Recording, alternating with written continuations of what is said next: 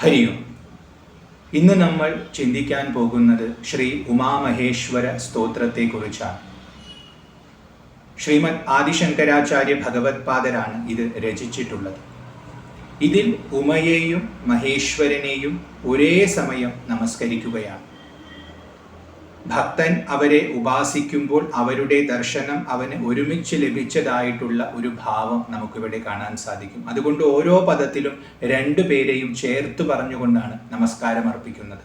അത്യപൂർവമായിട്ടാണ് ഇത്തരം ഒരു സ്തോത്രം കാണാൻ സാധിക്കുന്നത്. അതുകൊണ്ട് തന്നെ വളരെ ദിവ്യമായ ഒരു കൃതിയാണിത്. പിന്നെ ആചാര്യസ്വാമികൾ എഴുതിയതായതുകൊണ്ട് ഇതിലെ ഓരോ പദവും ശ്രേഷ്ഠമാണ്. ഇവിടെ സ്തോത്രത്തിന് പേര് കൊടുത്തിട്ടുള്ളത് തന്നെ ഉമാ മഹേശ്വര സ്തോത്രം എന്നാണ്. സ്തുതിക്കുകയാണ് നമ്മൾ ആരെ? ഉമയെയും മഹേശ്വരനെയും ഒരുമിച്ച്. ശിവനും ശക്തിയും വെവ്വേറെയാണെന്ന് നമ്മൾ ഉപാസനയുടെ തലത്തിൽ കാണുകയാണ്.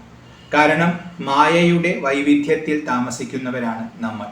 അപ്പോൾ ആ ഏകത്വത്തെ, ആ അദ്വൈതത്തെ അനുഭവിക്കാനുള്ള വഴി നമുക്ക് തെളിയുന്നില്ല. അപ്പോൾ അതുകൊണ്ട് മായയിൽ നിന്നുകൊണ്ട് തന്നെ സാധാരണക്കാരനായ ഒരു ഭക്തൻ ശിവനെയും ശക്തിയെയും വെവ്വേറെയായി കണ്ടുകൊണ്ട് തന്നെ രണ്ടുപേരും ഒന്നാണെന്നുള്ള ബോധം ആത്യന്തികമായി ഉള്ളിൽ കാത്തു സൂക്ഷിച്ച് രണ്ടുപേർക്കും ഒരേ സമയം നമസ്കാരം കൊടുക്കുകയാണ്. രണ്ടുപേരിലും ഒരു ഭേദവുമില്ല എന്ന ഭാവത്തിൽ നമസ്കരിക്കുകയാണ്. അതാണിവിടെ ഉടനീളം നടക്കുന്നത്. ഉമ എന്ന പേര് പാർവതിക്ക് ലഭിക്കാൻ അമ്മയുടെ ചില ഗുണങ്ങളാണ് കാരണം. ഉമ എന്ന വാക്കിന് പ്രകാശം, കീർത്തി, ശാന്തത എന്നെല്ലാം അർത്ഥമുണ്ട്. ഈ ഗുണങ്ങളെല്ലാം അമ്മയിൽ കാണാം. അമ്മ വളരെയധികം തേജസ്സോടൊത്തവളാണ്. അതുകൊണ്ട് പ്രകാശമുള്ളവളാണ്. അപ്പോൾ ഉമയാണ്. എല്ലാ പ്രകാശത്തിൻ്റെയും ഉറവിടം അമ്മയാണ്. അതുകൊണ്ടും ഉമയാണ്. ജ്ഞാനമാകുന്ന പ്രകാശത്തെ പ്രദാനം ചെയ്തുകൊണ്ട് അജ്ഞാനമാകുന്ന അന്ധകാരത്തെ ഇല്ലാതെയാക്കുന്നവളാണ്. അതുകൊണ്ടും ഉമയാണ് അമ്മ. അമ്മയുടെ ലീലകൾ അതിദിവ്യവും അതിഗംഭീരവുമാണ്. സാധാരണക്കാർക്ക് ചെയ്യാനോ ചിന്തിക്കാനോ പോലും പറ്റാത്ത കാര്യങ്ങളാണ് അമ്മ ചെയ്തിട്ടുള്ളത്. അതുകൊണ്ട് ആ ലീലകൾ ലോകത്തിൽ മുഴുവൻ പരന്നിട്ടുണ്ട്. ഇന്നും അത് കഥനം ചെയ്യപ്പെടുന്നു. അതുകൊണ്ട് അമ്മയ്ക്ക് വളരെയധികം കീർത്തിയുണ്ട്. അതുകൊണ്ടും അമ്മ ഉമ എന്ന പേരിൽ അറിയപ്പെടുന്നു. ഇത്രയെല്ലാം പ്രവൃത്തികൾ ചെയ്യുന്ന സമയത്തും അമ്മയുടെ അകത്ത് ഒരല്പം പോലും ഇളക്കമില്ല. തന്നിൽ തന്നെ സ്ഥിതയാണ് അമ്മ. അതുകൊണ്ട് സദാ ശാന്തയാണ്. അതുകൊണ്ടും അമ്മയ്ക്ക് ഉമ എന്ന പേര് ലഭിച്ചിട്ടുണ്ട്. എല്ലാ വേദത്തിൻ്റെയും സാരമായിരിക്കുന്ന ശിവന്റെ സ്വരൂപം തന്നെയായിരിക്കുന്ന ഓംകാരത്തിലെ 3 പദങ്ങൾ, ആ ഉ മ, ഈ 3 പദങ്ങളും അമ്മയിലുമുണ്ട്. അപ്പോൾ ഉമ എന്നുള്ളത് പ്രണവസ്വരൂപിണിയാണ് അമ്മ.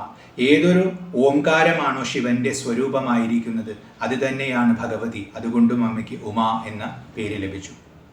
ഉമയോടൊപ്പം ഭഗവാനെ ഇവിടെ വിളിക്കുന്നത് മഹേശ്വരൻ എന്നാണ്. ഈശ്വരൻ എന്ന പദത്തിന് ഭരിക്കുന്നവൻ എന്നാണ് അർത്ഥം. ലോകത്തെ ഭരിക്കുന്ന എല്ലാ ശക്തികളെയും ആര് ഭരിക്കുന്നുവോ അവൻ മഹേശ്വരൻ. അപ്പോൾ ഒരു സാധാരണ ദേവതയുടെ ഭാവമല്ല ഇവിടെ. സാക്ഷാത് പരബ്രഹ്മം തന്നെ മൂർത്തിമത്തായിരിക്കുകയാണ് ഭഗവാനിലൂടെ. അതുകൊണ്ട് മഹേശ്വരനാണ് ഭഗവാൻ. അപ്പോൾ ഭഗവാനെ കാണുന്ന സമയത്ത് പരബ്രഹ്മം തന്നെയാണ് ഭഗവാൻ. ആ പരബ്രഹ്മത്തിൻ്റെ ശക്തിയാണ് ഉമ. ഇങ്ങനെ രണ്ടായിട്ടാണ് നമ്മൾ കാണുന്നത്. എന്നാൽ ആത്യന്തികമായി ശിവനും ശക്തിയും ഒന്നാണ് എന്ന ബോധവും കാത്തു സൂക്ഷിക്കണം. അപ്പോൾ രണ്ടായി കണ്ടുകൊണ്ട് ഒരേ സമയം നമസ്കരിക്കുന്നത് വാസ്തവത്തിൽ രണ്ടും ഒന്നാണ്. ഈ ഒരു ബോധത്തോടു കൂടി നമസ്കരിക്കുമ്പോൾ രണ്ടുപേരുടെയും പ്രസാദം ലഭിക്കുകയും ഐഹികവും പാരത്രികവുമായിട്ടുള്ള ശ്രേഷ്ഠത കൈവരിക്കാൻ നമുക്ക് സാധിക്കുകയും ചെയ്യും. അപ്പോൾ ഇതിലെ ഓരോ ശ്ലോകവും ചൊല്ലി അതിൻ്റെ അർത്ഥത്തെ ചെറുതായി ഒന്ന് ധ്യാനിക്കാൻ ശ്രമിക്കാം. ഓം ശ്രീ ഗണേശായ നമഃ. അഥ ശ്രീ ഉമാമഹേശ്വര സ്തോത്രം. ഓം നമഃ ശിവാഭ്യാം നവയൗവനാഭ്യാം പരസ്പരാശ്ലിഷ്ടവപുർധരാഭ്യാം നഗേന്ദ്രകന്യാ വൃഷകേതനാഭ്യാം നമോ നമഃ ശങ്കര പാർവതീഭ്യാം. ഇതാണ് ആദ്യത്തെ ശ്ലോകം. ആദ്യം തന്നെ പറയുന്നു നമഃ ശിവാഭ്യാം. ഇപ്പൊ പഞ്ചാക്ഷര മന്ത്രം എല്ലാവർക്കും അറിയാം, നമഃ ശിവായ. അവിടെ ശിവായ എന്നുള്ളത് ഏകവചന ചതുർത്ഥിയാണ്. അപ്പോൾ ശിവനായിക്കൊണ്ട് നമസ്കാരം എന്നാണ്. ഇവിടെ ശിവാഭ്യാം എന്ന് പറയുന്നത് ദ്വിവചന ചതുർത്ഥിയാണ്. ഇവിടെ രണ്ടു പേർക്കും ഒരുമിച്ച് നമസ്കരിക്കുകയാണ്. ആരാണ് രണ്ടു പേര്? ഒന്ന് ശിവൻ, മറ്റേത് ശിവ.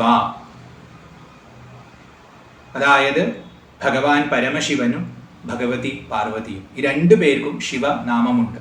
കാരണം അവർ മംഗള സ്വരൂപികളാണ്. മംഗളം എന്നാണ് ശിവശബ്ദത്തിനർത്ഥം. ആ മംഗളം തന്നെ ഒരു മൂർത്തിമത്തായ ഭാവത്തിൽ പ്രത്യക്ഷപ്പെട്ടാൽ അതാണ് ശിവൻ, അത് തന്നെയാണ് ശിവ. പുല്ലിംഗ ഭാവത്തിൽ ശിവൻ എന്നും സ്ത്രീലിംഗ ഭാവത്തിൽ ശിവ എന്നും നമ്മൾ വിളിക്കുന്നു. രണ്ടും ഒന്ന് തന്നെയാണ്. അപ്പോൾ മംഗളസ്വരൂപികളായ രണ്ടു പേർക്കും ഒരുമിച്ച് നമസ്കാരം അർപ്പിക്കുകയാണ് തുടക്കത്തിൽ തന്നെ ചെയ്യുന്നത്. ഒരു വ്യക്തി ഈ പ്രപഞ്ചത്തിൽ അന്വേഷിക്കുന്നത് ശുഭത്തിന് വേണ്ടിയാണ്, ശ്രേഷ്ഠതയ്ക്ക് വേണ്ടിയാണ്. മംഗളമാണ് അവൻ അർത്ഥിക്കുന്നത്. പക്ഷേ മംഗളം എന്താണെന്ന് പലപ്പോഴും അവൻ അറിയണം എന്നില്ല. അങ്ങനെയുള്ളവനോട് ശങ്കരാചാര്യർ പറയുകയാണ്, അവര് തന്നെയാണ് മംഗളം. ലോകത്തിൻ്റെ പിതാവും മാതാവുമായിരിക്കുന്ന ആ പാർവതി പരമേശ്വരന്മാര് തന്നെയാണ് ഏറ്റവും വലിയ മംഗളം. അവരെ തന്നെ ശരണം പ്രാപിച്ചോളൂ, അവർക്ക് നമസ്കാരം അർപ്പിച്ചോളൂ. അതിൽ നിന്നും എല്ലാ മംഗളങ്ങളും സ്വാഭാവികമായി നിങ്ങൾക്ക് ലഭിക്കും. ഈ ഒരു സൂചന ശങ്കരാചാര്യർ തുടക്കത്തിൽ തന്നെ തന്നു. അതുപോലെ ഒരു ശ്ലോകം ആരംഭിക്കുമ്പോൾ മംഗളാചരണത്തോടു കൂടിയാണ് പണ്ടൊക്കെ ചെയ്തിരുന്നത്. അതുകൊണ്ടാണ് ശിവശബ്ദം കൊണ്ട് തന്നെ തുടങ്ങുന്നത്. അപ്പോൾ ശിവാഭ്യാം എന്ന് പറഞ്ഞാൽ മംഗളസ്വരൂപിണികളാണ് നിങ്ങൾ രണ്ടുപേരും. അപ്പോൾ നിങ്ങളെ നമിക്കുന്നതിലൂടെ നല്ല മംഗളത്തോടു കൂടി തന്നെ ഞാനിത് ആരംഭിക്കുന്നു എന്ന അർത്ഥവും അവിടെ വന്നു. അത് കഴിഞ്ഞ് നവയൗവനാഭ്യാം, എല്ലാ ശബ്ദത്തോടും ഈ നമസ്കാരത്തെ ചേർത്ത് വായിക്കണം. അപ്പോൾ ആദ്യം ശിവനും ശിവയുമായിരിക്കുന്ന രണ്ടു പേർക്കും നമസ്കാരം. ഇപ്പോൾ ഇവിടെ നവയൗവനന്മാരായിരിക്കുന്ന രണ്ടു പേർക്കും നമസ്കാരം. യൗവനം എന്ന് പറഞ്ഞാൽ 16 വയസ്സിൽ നിന്നാണ് ആരംഭിക്കുന്നത്. നവം എന്ന് പറഞ്ഞാൽ പുതിയത് എന്നാണ് അർത്ഥം. അപ്പോൾ 16 വയസ്സിലാണ് യൗവനം ആരംഭിക്കുന്നത്. അപ്പോൾ യൗവനത്തിന്റെ ഏറ്റവും പുതിയ അവസ്ഥ 16 തന്നെയാണ്. അതുകൊണ്ട് 16 വയസ്സുള്ള ഭാവത്തിലാണ് ഉമയും മഹേശ്വരനും സദാ ഇരിക്കുന്നത്. ഭക്തൻ അവരെ ധ്യാനിക്കേണ്ടത് ആ പ്രായത്തിൽ നിത്യ യൗവനമാണ്. കാരണം അവരുടെ സ്വരൂപം നിത്യമാണ്. അവർ പരബ്രഹ്മമാണെന്നുള്ള ബോധം നമുക്കുണ്ടാവണം. അതുകൊണ്ട് ഒരല്പം പോലും ഇളക്കം, മാറ്റം അവരിൽ സംഭവിക്കുന്നില്ല. അപ്പോൾ എപ്പോഴും ഒരുപോലെ ഇരിക്കുന്ന നിത്യവസ്തുവാണ്, നിത്യ യുവവസ്തുവാണ്. കാരണം ഒരു കാലത്തും അതിന് പഴക്കം സംഭവിക്കുന്നില്ല. ഇപ്പോൾ ഒരുപാട് കാലം ഇരുന്നു എന്ന് പറയുമ്പോൾ പഴക്കമുണ്ടായോ എന്നൊരു തോന്നൽ ഭക്തനുണ്ടാവാം. ഒരു പഴക്കവും സംഭവിക്കുന്നില്ല. അന്ന് എങ്ങനെയാണോ ഇന്നും അങ്ങനെയാണ്, ഇന്നെങ്ങനെയാണോ അങ്ങനെ തന്നെ ആയിരിക്കും നാളെയും. ഒരു ഭേദവും ഇല്ലാത്തവർ. അതുകൊണ്ട് അവർക്ക് യൗവനഭാവം, അതും നവയൗവന ഭാവമാണ് കൽപ്പിച്ചിട്ടുള്ളത്. അപ്പൊ 16 വയസ്സുള്ള ശിവനും പാർവതിക്കും നമസ്കാരം. അതാണ് നമഃ ശിവാഭ്യാം നവയൗവനാഭ്യാം. അത് കഴിഞ്ഞ് വിളിക്കുന്നു പരസ്പരാശ്ലിഷ്ട വപുർധരാഭ്യാം. പരസ്പരം ആശ്ലേഷിച്ചിരിക്കുന്ന വപുസ്സിനെ ധരിച്ചിരിക്കുന്ന രണ്ടു പേർക്കും നമസ്കാരം. വപു എന്ന ശബ്ദം കൊണ്ട് ശരീരത്തെ സൂചിപ്പിക്കുന്നു. അപ്പോൾ അമ്മയ്ക്കൊരു ശരീരമുണ്ട്, അച്ഛനൊരു ശരീരമുണ്ട്. ഇങ്ങനെ രണ്ടു പേരും ഇരിക്കുന്നുണ്ട്. എവിടെയായിരിക്കണേ? വെവ്വേറെയായിട്ടാണോ ഇരിക്കുന്നത്? അല്ല, പരസ്പരം ആലിംഗനം ചെയ്തിട്ടാണ് ഇരിക്കുന്നത്. വളരെ വലിയ ഒരു രഹസ്യം ലോകത്തിന് പഠിപ്പിച്ചു കൊടുക്കാനാണ് അമ്മയും അച്ഛനും ഈ ഭാവത്തിൽ ഇരിക്കുന്നത്. പാർവതിയും പരമേശ്വരനും ഒന്നാണ്, ശിവനും ശക്തിയും ഒന്നാണ്. ഇത് ഭക്തർക്ക് മനസ്സിലാക്കി കൊടുക്കാനാണ് എപ്പോഴും അമ്മ ശിവന്റെ അടുത്ത് തന്നെ ചേർത്ത് പിടിച്ച് ഇരിക്കുന്നത്. ശിവനെ ആലിംഗനം ചെയ്തുകൊണ്ട്, ശിവന്റെ മടിയിലിരുന്നു കൊണ്ട് ശിവനെ കെട്ടിപ്പിടിച്ചിരിക്കുന്ന ഭാവത്തിലുള്ള വർണ്ണനകൾ നമുക്ക് എല്ലാ പുരാണങ്ങളിലും കാണാം. പണ്ട് ചിത്രകേതു ഈ ഭാവത്തിൽ കണ്ട് അതിൻ്റെ തത്വത്തെ ഗ്രഹിക്കാൻ പറ്റാതെ അവരെ വിമർശിക്കുന്ന സമയത്ത് അമ്മ ശപിക്കുന്നുണ്ട്. അങ്ങനെയാണ് വൃത്രാസുരനായി ജനിക്കുന്നതും ഇന്ദ്രന്റെ കൈകൊണ്ട് മരിക്കുന്നതും. അപ്പൊ ഈ തത്വം നമ്മൾ ഗ്രഹിക്കണം. ഇവര് രണ്ടുപേരും പരസ്പരം ആലിംഗനം ചെയ്തിരിക്കുകയാണെന്ന് പറഞ്ഞാൽ ശിവൻ എവിടെ, ശക്തി എവിടെ എന്ന് വേർതിരിച്ചറിയാൻ പറ്റാത്ത വിധം ഒന്നായ പൊരുളാണ്, അദ്വൈത പൊരുളാണ് രണ്ടുപേരും. അതുപോലെ നമ്മൾ പൗരാണികമായ ഭാവത്തിൽ ഒരു പതിയും പത്നിയും എന്ന ഭാവത്തിൽ അവരെ സങ്കല്പിച്ചാൽ രണ്ടുപേർക്കും പരസ്പരം അത്രയും ചേർച്ചയാണ്, അത്രയും സ്നേഹമാണ്. അപ്പൊ ആ സ്നേഹത്തെ പ്രകടമാക്കിക്കൊണ്ട് രണ്ടുപേരും ആലിംഗനം ചെയ്ത് മതിമറന്നിരിക്കുകയാണ്. അവർ പരസ്പരം രമിച്ചുകൊണ്ടിരിക്കുകയാണ്. കാരണം ആത്യന്തികമായി രണ്ടും ഒന്നാണ്. അപ്പോൾ ഇങ്ങനെ കഥാതലത്തിലും അവർ ഒരു ഭാര്യയും ഭർത്താവും കെട്ടിപ്പിടിച്ചിരിക്കുന്ന ഭാവം കണ്ടുകൊണ്ട് ആ രൂപത്തെ ധ്യാനിച്ചുകൊണ്ട് അതിൻ്റെ തത്വവും നമ്മൾ ഉൾക്കൊള്ളണം. ആ സമയത്താണ് രൂപധ്യാനത്തിലൂടെ നമുക്ക് ഉയർച്ച ഉണ്ടാകുന്നത്. അതുകൊണ്ട് പരസ്പരാശ്ലിഷ്ട വപുർധരാഭ്യാം, അങ്ങനത്തെ ദേഹത്തോടൊത്തവരാണ്, ആലിംഗനം ചെയ്തിരിക്കുന്ന ദേഹത്തോടൊത്തവരാണ്. ആ ആലിംഗന ഭാവത്തിൽ അവരിങ്ങനെ പരമാനന്ദം അനുഭവിച്ചു കൊണ്ടിരിക്കുകയാണ്. ശിവൻ ശക്തിയിൽ രമിക്കുന്നു, ശക്തി ശിവനിൽ രമിക്കുന്നു. കാരണം ശക്തിയുടെ സ്വരൂപം ശിവനാണ്, ശിവന്റെ സ്വരൂപം ശക്തിയാണ്. അപ്പോൾ രണ്ടുപേരും ആത്മാരാമന്മാരാണെന്ന് ഇതിൽ നിന്നും ഗ്രഹിക്കാം. നഗേന്ദ്ര കന്യാ വൃഷകേതനാഭ്യാം നമഃ. നഗം എന്നാൽ പർവ്വതം, ഇന്ദ്രൻ എന്നാൽ രാജാവ്, പർവ്വതങ്ങളുടെ ഇന്ദ്രൻ, പർവ്വതങ്ങളുടെ രാജാവ് ഹിമവാൻ. കന്യ എന്ന് പറഞ്ഞാൽ പുത്രി.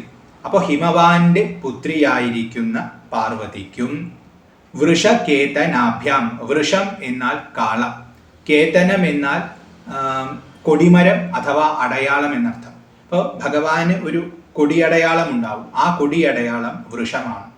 ഭഗവാനാണ് വരുന്നതെന്നറിയാൻ വൃഷത്തെ നോക്കിയാൽ മതി. വൃഷത്തിന്റെ അടയാളം ഉണ്ടെങ്കിൽ ഭഗവാന്റെ ആഗമനമാണെന്ന് മനസ്സിലാക്കാം എന്നൊരു സൂചന ആ പ്രയോഗത്തിലുണ്ട്.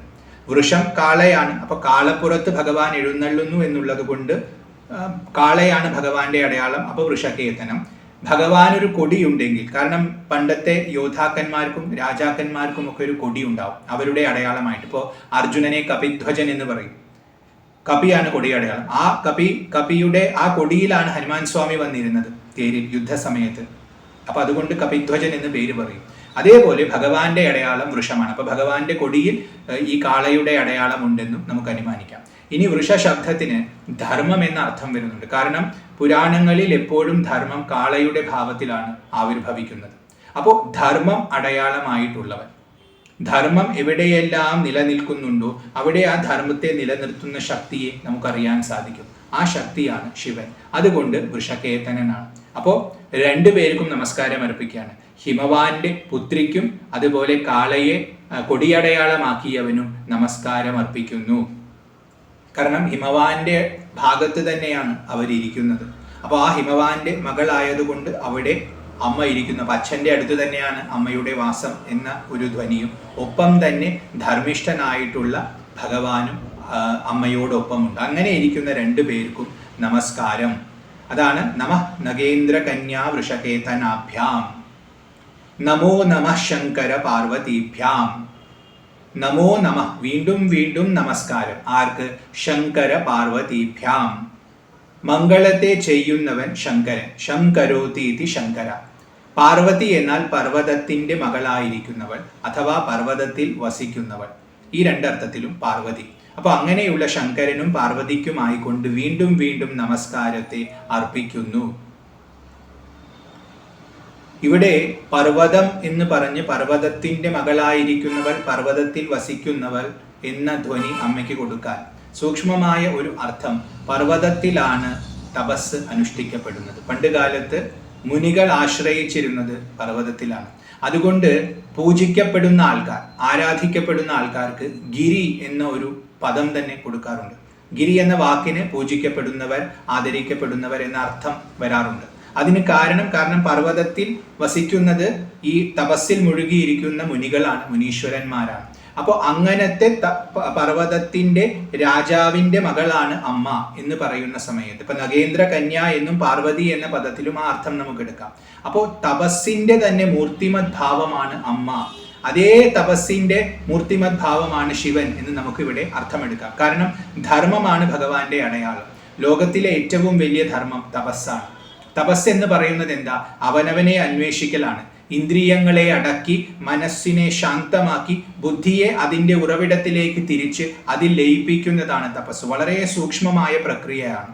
ആ തപസ് നടക്കുന്ന സ്ഥലത്താണ് ഇവരിയ്ക്കുന്നത്. ആ തപസ് നടക്കുന്ന സ്ഥലമായ ഹിമവാന്റെ മകളാണ് അമ്മ. അവിടെയാണ് ഭഗവാൻ ധർമ്മത്തെ തൻ്റെ അടയാളമാക്കിയിരിക്കുന്നത്. അതുകൊണ്ട് രണ്ടുപേരും തപോമൂർത്തിയാണെന്നും നമുക്ക് ഇതിൽ നിന്നും ഗ്രഹിക്കാം. തപസ് തന്നെ മൂർത്തിമത്തായിരിക്കുകയാണ് ഭാര്യാഭർതൃഭാവത്തെ. അപ്പൊ അങ്ങനെയുള്ള ശങ്കര പാർവതീഭ്യാം നമോ നമഃ. ഇതാണ് ആദ്യത്തെ ശ്ലോകം. ഇതിലെ അവസാനത്തെ വരി എല്ലാ ശ്ലോകത്തിലും ആവർത്തിക്കുന്നുണ്ട്. നമോ നമഃ ശങ്കര പാർവതീഭ്യാം. നമഃ ശിവാഭ്യാം നവയൗവനാഭ്യാം പരസ്പരാശ്ലിഷ്ട വപുർധരാഭ്യാം നഗേന്ദ്രകന്യാ വൃഷകേതനാഭ്യാം നമോ നമഃ ശങ്കര പാർവതീഭ്യാം. ഇതാണ് ആദ്യത്തെ ശ്ലോകം. അടുത്തത് രണ്ടാമത്തെ ശ്ലോകം. നമഃ ശിവാഭ്യാം സരസോത്സവാഭ്യാം നമസ്കൃതാഭീഷ്ടവരപ്രദാഭ്യാം നാരായണേനാർച്ചിത പാദുകാഭ്യാം നമോ നമഃ ശങ്കര പാർവതീഭ്യാം. നമഃ ശിവാഭ്യാം, ശിവനും ശിവയ്ക്കുമായിക്കൊണ്ട് നമസ്കാരം. സരസോത്സവാഭ്യാം,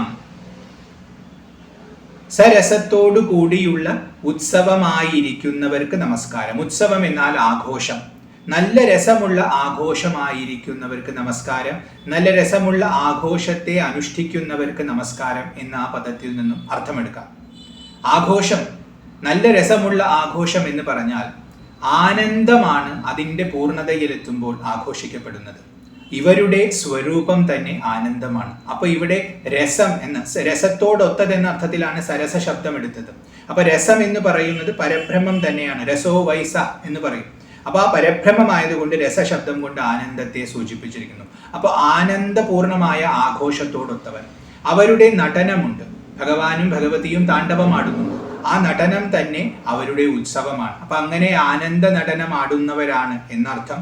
ആനന്ദത്തിൽ മുഴുകി നിശ്ചലരായിരിക്കുന്നവരാണ്. കാരണം ആനന്ദം പരിപൂർണമാകുമ്പോൾ, അതിലങ്ങനെ ലയിച്ചിരിക്കുമ്പോൾ ശരീരവും മനസ്സും ബുദ്ധിയും ഒക്കെ നിശ്ചലമായി പോകുന്ന ഒരു ഭാവവുമുണ്ട്. അത് വളരെയധികം പ്രവർത്തിക്കുന്ന ഭാവവും വളരെയധികം ശാന്തമായിരിക്കുന്ന ഭാവവുമുണ്ട്. അതും ആഘോഷം തന്നെയാണ്. ബാഹ്യമായി നോക്കിയാൽ മനസ്സിലാവില്ല, പക്ഷെ ആന്തരികമായി അത് ആനന്ദത്തിന്റെ പൂർണ്ണതയായതുകൊണ്ട് ഏറ്റവും വലിയ ഉത്സവമാണ്. അപ്പൊ അതുകൊണ്ട് സരസോത്സവാഭ്യാം, രണ്ടുപേരും നല്ല പരമാനന്ദം അനുഭവിച്ചു കൊണ്ടിരിക്കുന്നവരായതുകൊണ്ട് അവർക്ക് നമസ്കാരം. ഇനി ഉത്സവ ശബ്ദത്തിന് മുകളിലേക്കുള്ള ഒഴുക്ക്, ഉയർച്ച എന്നൊക്കെ അർത്ഥമുണ്ട്. ക്ഷേത്രങ്ങളിൽ ഉത്സവം നടത്തുന്നത് ഈ ഒരു അർത്ഥത്തിലാണ്. സരസ് എന്ന് പറഞ്ഞാൽ ഇവിടെ നമ്മുടെ ഉള്ളിലുള്ള ഒരു സരസിനെ ആയിട്ട് നമുക്ക് എടുക്കാം. ഏതാണ് ആ സരസ്? ഊർജത്തിന്റെ കേന്ദ്രം, കുണ്ടലിനി എന്ന് വിളിക്കപ്പെടുന്ന ആ ശക്തിയായിട്ട് നമുക്ക് സരസിനെ എടുക്കാം.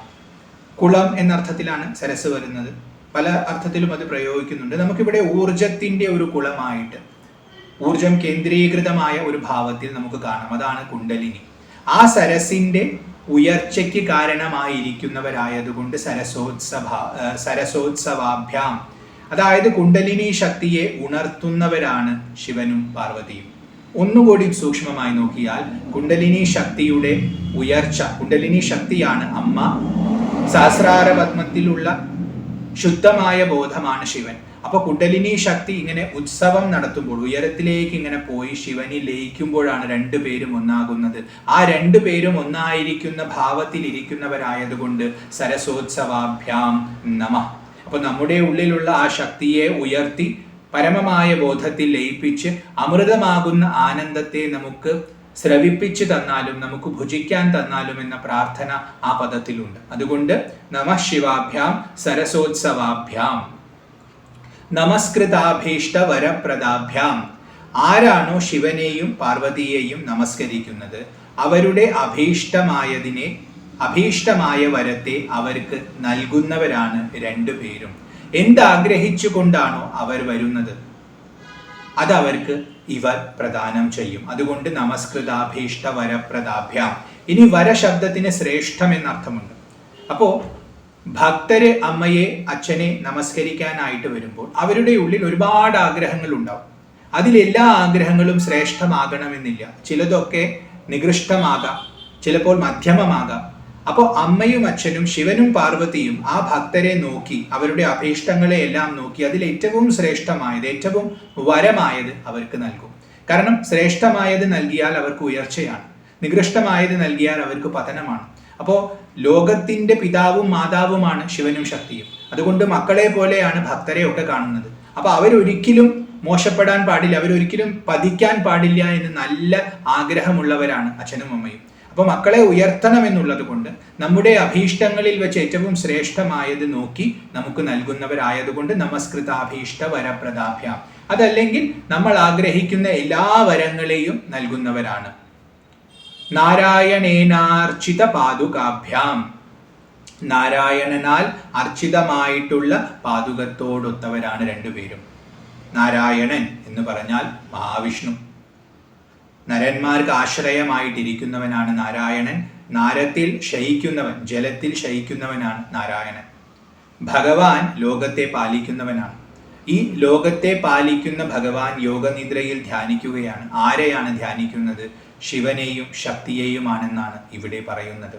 ഭഗവാന്റെ ഭാവങ്ങളിൽ അനന്തശായി ഭാവത്തിൽ പല വിഗ്രഹങ്ങളിലും ചിത്രങ്ങളിലും പുരാണ വർണ്ണനകളിലും നമുക്ക് കാണാം ഭഗവാന്റെ കയ്യിലുള്ള താമരയെ ഒരു ശിവലിംഗത്തിന്റെ മുകളിൽ ഇങ്ങനെ വെച്ചുകൊണ്ട് അതിനെ അർച്ചിക്കുന്ന ഭാവത്തിൽ ഭഗവാൻ കിടക്കുന്നത്. കാരണം ശിവശക്തി ഐക്യം എന്ന് പറയുന്നതാണ് പരബ്രഹ്മഭാവം. ആ ഭാവമാണ് ഭഗവാന്റെയും സ്വരൂപം. അതുകൊണ്ട് ഭഗവാനും ആശ്രയിക്കുന്നത് ആ ഭാവത്തെയാണ്, ശിവശക്തി ഐക്യത്തെയാണ്. അതുകൊണ്ട് ഭഗവാൻ സദാ അവരെ അർച്ചിച്ചുകൊണ്ടിരിക്കുന്നു. ഭഗവാന്റെ അർച്ചനം എന്ന് പറയുന്നത് ബാഹ്യമായ അർച്ചനമായിട്ടും എടുക്കാം, അവരെ വന്ന് കണ്ട് അവരുടെ പാദങ്ങളിൽ പുഷ്പമർപ്പിച്ചുകൊണ്ട് അവരെ ഉപാസിക്കുന്നതായി കാണാം, ആന്തരികമായ അനുഭവത്തിന്റെ അർച്ചനയായിട്ടും കാണാം. തൻ്റെ എല്ലാ ഭാവങ്ങളെയും ത്യജിച്ചുകൊണ്ട് അവരിൽ ലയിച്ച് അവരായിരിക്കുന്ന ഭാവവും അർച്ചനയാണ്. അപ്പോൾ സദാ അവരുടെ പാദുകങ്ങളെ, അവരുടെ കാലിനെ ധ്യാനിച്ചു കൊണ്ടിരിക്കുന്ന ഭാവത്തിൽ മഹാവിഷ്ണുവിനെ കണ്ടുകൊണ്ട്, മഹാവിഷ്ണുവിന് പോലും ധ്യാനയോഗ്യമായ പാദങ്ങളാണ് അമ്മയുടെയും അച്ഛൻ്റെയും എങ്കിൽ നമുക്കും തീർച്ചയായും ഉറപ്പായും ധ്യാനിക്കേണ്ട പാദങ്ങൾ തന്നെയാണ്, ആശ്രയിക്കേണ്ട അർച്ചിക്കേണ്ട പാദങ്ങൾ തന്നെയാണെന്നുള്ള ഒരു ഓർമ്മപ്പെടുത്തലും ശങ്കരാചാര്യർ ഇവിടെ നടത്തുന്നുണ്ട്. നാരായണേനാർച്ചിത പാദുകാഭ്യാം, ശിവനും ശക്തിയും തന്നെയാണ് ലോകമായി ഭവിച്ചിട്ടുള്ളത്. അതുകൊണ്ട് ലോകത്തിലുള്ള എല്ലാ ദേവതകളും ശിവനും ശക്തിയും തന്നെയാണ്. അപ്പൊ അവരെയെല്ലാം ജനിപ്പിച്ചവരാണ്, അവരുടെയും മാതാപിതാക്കളാണ് ഇവർ. അതുകൊണ്ടും പുത്രഭാവത്തിലിരിക്കുന്ന നാരായണൻ അവരെ അർച്ചിക്കുന്നു എന്നർത്ഥം വന്നു. നമോ നമഃ ശങ്കര പാർവതീഭ്യാം, മംഗളത്തെ ചെയ്യുന്നവനായ ശങ്കരനും പർവ്വതത്തിന്റെ മകളായ പാർവതിക്കും ഒരുമിച്ച് വീണ്ടും വീണ്ടും നമസ്കാരത്തെ അർപ്പിക്കുന്നു. ഇതാണ് രണ്ടാമത്തെ ശ്ലോകം. നമഃ ശിവാഭ്യാം സരസോത്സവാഭ്യാം നമസ്കൃതാഭീഷ്ടവരപ്രദാഭ്യാം നാരായണേനാർച്ചിത പാദുകാഭ്യാം നമോ നമഃ ശങ്കര പാർവതീഭ്യാം. അടുത്തത് മൂന്നാമത്തെ ശ്ലോകമാണ്. നമഃ ശിവാഭ്യാം വൃഷവാഹനാഭ്യാം വിരിഞ്ചി വിഷ്ണീന്ദ്ര സുപൂജിതാഭ്യാം വിഭൂതി പാട്ടീര വിലേപനാഭ്യാം നമോ നമഃ ശങ്കര പാർവതീഭ്യാം. നമഃ ശിവാഭ്യാം, ശിവനും ശിവയ്ക്കുമായിക്കൊണ്ട് നമസ്കാരം. മംഗളസ്വരൂപികളായ ശിവപാർവതിമാർക്ക് നമസ്കാരം. വൃഷവാഹനാഭ്യാം, വൃഷത്തെ വാഹനമാക്കിയിരിക്കുന്ന രണ്ടു പേർക്കും നമസ്കാരം. ഇവിടെ വൃഷ ശബ്ദത്തിന് കാള എന്നർത്ഥമുണ്ട്. സാധാരണ മഹാദേവന്റെ വാഹനമായിട്ടാണ് കാള പറയപ്പെടുന്നത്. പക്ഷെ അമ്മയും അച്ഛനും കൂടി ഒരുമിച്ച് യാത്ര ചെയ്യുമ്പോൾ ആ കാളപ്പുറത്ത് തന്നെയാണ് രണ്ടുപേരും യാത്ര ചെയ്യുന്നത്. അതുകൊണ്ട് ആ കാള രണ്ടുപേരുടെയും വാഹനമാണ്. അതുകൊണ്ട് വൃഷവാഹനന്മാരാണ് രണ്ടുപേരും. വൃഷം എന്ന ശബ്ദം ധർമ്മത്തിന്റെ പ്രതീകമാണ്, കാള ധർമ്മത്തിന്റെ പ്രതീകമാണെന്ന് പറഞ്ഞതുകൊണ്ട് ധർമ്മത്തിന്റെ പുറത്താണ് രണ്ടുപേരും സഞ്ചരിക്കുന്നത്. ധർമ്മം എവിടെയെല്ലാം നിലനിൽക്കുന്നുവോ അതിന്റെ പിന്നിൽ പ്രവർത്തിക്കുന്ന ശക്തിയാണ് ഭഗവാനും ഭഗവതിയും എന്ന് നമ്മൾ ഗ്രഹിക്കണം. ഇനി വൃഷ ശബ്ദത്തിന് കാമദേവൻ എന്നൊരർത്ഥമുണ്ട്. അപ്പൊ കാമദേവനെ വാഹനമാക്കിയവർ, വാഹനം എപ്പോഴും ഓടിക്കുന്നവരുടെ നിയന്ത്രണത്തിലാണ്. അപ്പൊ കാമദേവനെ തൻ്റെ നിയന്ത്രണത്തിൽ കൊണ്ടുവന്നവരാണ് ശിവനും പാർവതിയും. ശിവൻ കാമദേവനെ ഭസ്മമാക്കി അനങ്കനാക്കിയ കഥയെല്ലാം നമ്മൾ ശ്രവിച്ചിട്ടുണ്ട്. അപ്പൊ കാമവിജയമാണ് അവിടെ കാട്ടുന്നത്. അതുപോലെ കാമത്തിന് അതിൻ്റെതായ പ്രവർത്തനത്തിനുള്ള ശക്തി. മറ്റുള്ളവരെ മോഹിപ്പിക്കുന്നവനാണ് കന്ദർപ്പൻ കാമദേവൻ. അദ്ദേഹത്തിന് ആ ശക്തി ലഭിക്കുന്നത് ദേവിയെ ഉപാസിച്ചുകൊണ്ടാണെന്ന് സൗന്ദര്യലഹരിയിൽ പറയുന്നുണ്ട്. അപ്പൊ അമ്മയുടെ സൗന്ദര്യത്തിന്റെ ഒരു അംശം എടുത്തിട്ടാണ് കാമദേവൻ മറ്റുള്ളവരെ എല്ലാം മോഹിപ്പിക്കുന്നത്. അപ്പൊ അതുകൊണ്ട് തന്നെ അമ്മയും കാമദേവനെ ജയിച്ചിരിക്കുകയാണ്. കാമേശ്വരി എന്നൊരു പേര് തന്നെ അമ്മയ്ക്കുണ്ട്. അപ്പൊ അതുകൊണ്ട് വൃഷവാഹനാഭ്യാം, കാമദേവനെ രണ്ടുപേരും ജയിച്ചിരിക്കുന്നു. അതുകൊണ്ട് അവർ വൃഷവാഹനന്മാരാണ്. ഇനി കാമദേവനെ ഉപയോഗിച്ചുകൊണ്ടാണ് അവർ സഞ്ചരിക്കുന്നത് എന്നർത്ഥവും വന്നു. കാരണം ലോകത്തിന്റെ മാതാപിതാക്കളാണ് ഇവർ. ലോകത്തെ ഉണ്ടാക്കി നിലനിർത്തുന്നത് ഇവരാണ്. ലോകം നിലനിൽക്കാനുള്ള കാരണം കാമമാണ്. ആഗ്രഹങ്ങൾ ഉള്ളത് കൊണ്ടാണ് മനുഷ്യൻ പ്രവർത്തിക്കുന്നത്. പ്രവൃത്തിയുള്ളത് കൊണ്ടാണ് ഫലങ്ങൾ വരുന്നത്, വീണ്ടും പുതിയ വാസനകൾ ഉണ്ടാകുന്നത്. അപ്പൊ ആഗ്രഹമാണ് ലോകത്തെ നിലനിർത്തുന്നത്. അപ്പൊ ലോകത്തെ ഭരിക്കാൻ വേണ്ടി ആഗ്രഹത്തെ വാഹനമാക്കി മാറ്റിയിരിക്കുകയാണ്. അതുകൊണ്ട് വൃഷവാഹനാഭ്യാം എന്നും ഇവിടെ പറഞ്ഞിരിക്കുന്നു. ഇനി വൃഷ ശബ്ദത്തിന് ശ്രേഷ്ഠം എന്നർത്ഥമുണ്ട്. അപ്പോൾ ശ്രേഷ്ഠമായ വാഹനത്തോടൊത്തവർ എന്നർത്ഥം വന്നു. ഏറ്റവും ശ്രേഷ്ഠമായ വാഹനം, രണ്ടുപേർക്കും ഓരോ വാഹനങ്ങളുണ്ട്. അപ്പൊ അത് രണ്ടും ഏറ്റവും ശ്രേഷ്ഠമായതാണെന്നുള്ള അർത്ഥം അവിടെ ഗ്രഹിക്കാം. അപ്പൊ ശിവന് കാളയാണ് പറയുക, അമ്മയ്ക്ക് സിംഹവും പറയും, പുലിയും പറയും. ഇത് രണ്ടും, പിന്നെ അതല്ലാതെയും വേറെ വാഹനങ്ങളുണ്ട്. പക്ഷെ ഇതിലിപ്പോൾ ഏത് വാഹനം എടുത്താലും, അവരേത് വാഹനത്തെ തിരഞ്ഞെടുത്താലും അത് ശ്രേഷ്ഠം തന്നെയാണ്. ഏറ്റവും ശ്രേഷ്ഠമായ വാഹനങ്ങൾ അവരുടെ തന്നെയാണെന്നുള്ള അർത്ഥത്തിൽ വൃഷവാഹനാഭ്യാം. ഇനി വൃഷ ശബ്ദത്തിന് ബലവാൻ എന്ന അർത്ഥമുണ്ട്. അപ്പൊ നല്ല ബലമുള്ള വാഹനത്തോടൊത്തവർ. കാരണം ലോകത്തെ മുഴുവൻ ജനിപ്പിച്ച് അതിനെ നിലനിർത്തി ക്രമേണ തന്നിലേക്ക് ലയിപ്പിക്കുന്നവരാണ് ഈ രണ്ടുപേരും. അപ്പൊ ഇവരെ വഹിക്കണമെങ്കിൽ അത്രയും ബലമുണ്ടാവണം. അപ്പോൾ അത്രയും ബലമുള്ള വാഹനമായതുകൊണ്ട് വൃഷവാഹനാഭ്യാം, അവരെ താങ്ങി നിർത്താനുള്ള ശേഷി വേണ്ടി. അപ്പോൾ ലോകത്തിലുള്ള നമുക്ക് അങ്ങനെ അവരെ താങ്ങാൻ പറ്റുന്ന ശേഷി നൽകുന്നത് എന്താണ് എന്ന് ചോദിച്ചാൽ ഭക്തിയാണ്. അതുകൊണ്ട് ഭക്തിയെ വാഹനമാക്കിയവർ എന്നർത്ഥവും വരും. അതുപോലെ ജീവിതത്തിൽ ജീവിക്കുമ്പോൾ അവരിലേക്ക് കൂടുതൽ അടുക്കാൻ ധർമ്മവും സഹായിക്കുന്നുണ്ട്. അപ്പൊ നേരത്തെ പറഞ്ഞ ധർമ്മത്തെ വാഹനമാക്കിയവർ എന്നർത്ഥവും എടുക്കാം. ഇങ്ങനെയെല്ലാം അർത്ഥത്തിൽ വൃഷവാഹനാഭ്യാം നമഃ. നമഃ ശിവാഭ്യാം വൃഷവാഹനാഭ്യാം. വിരിഞ്ചി വിഷ്ണു ഇന്ദ്ര സുപൂജിതാഭ്യാം.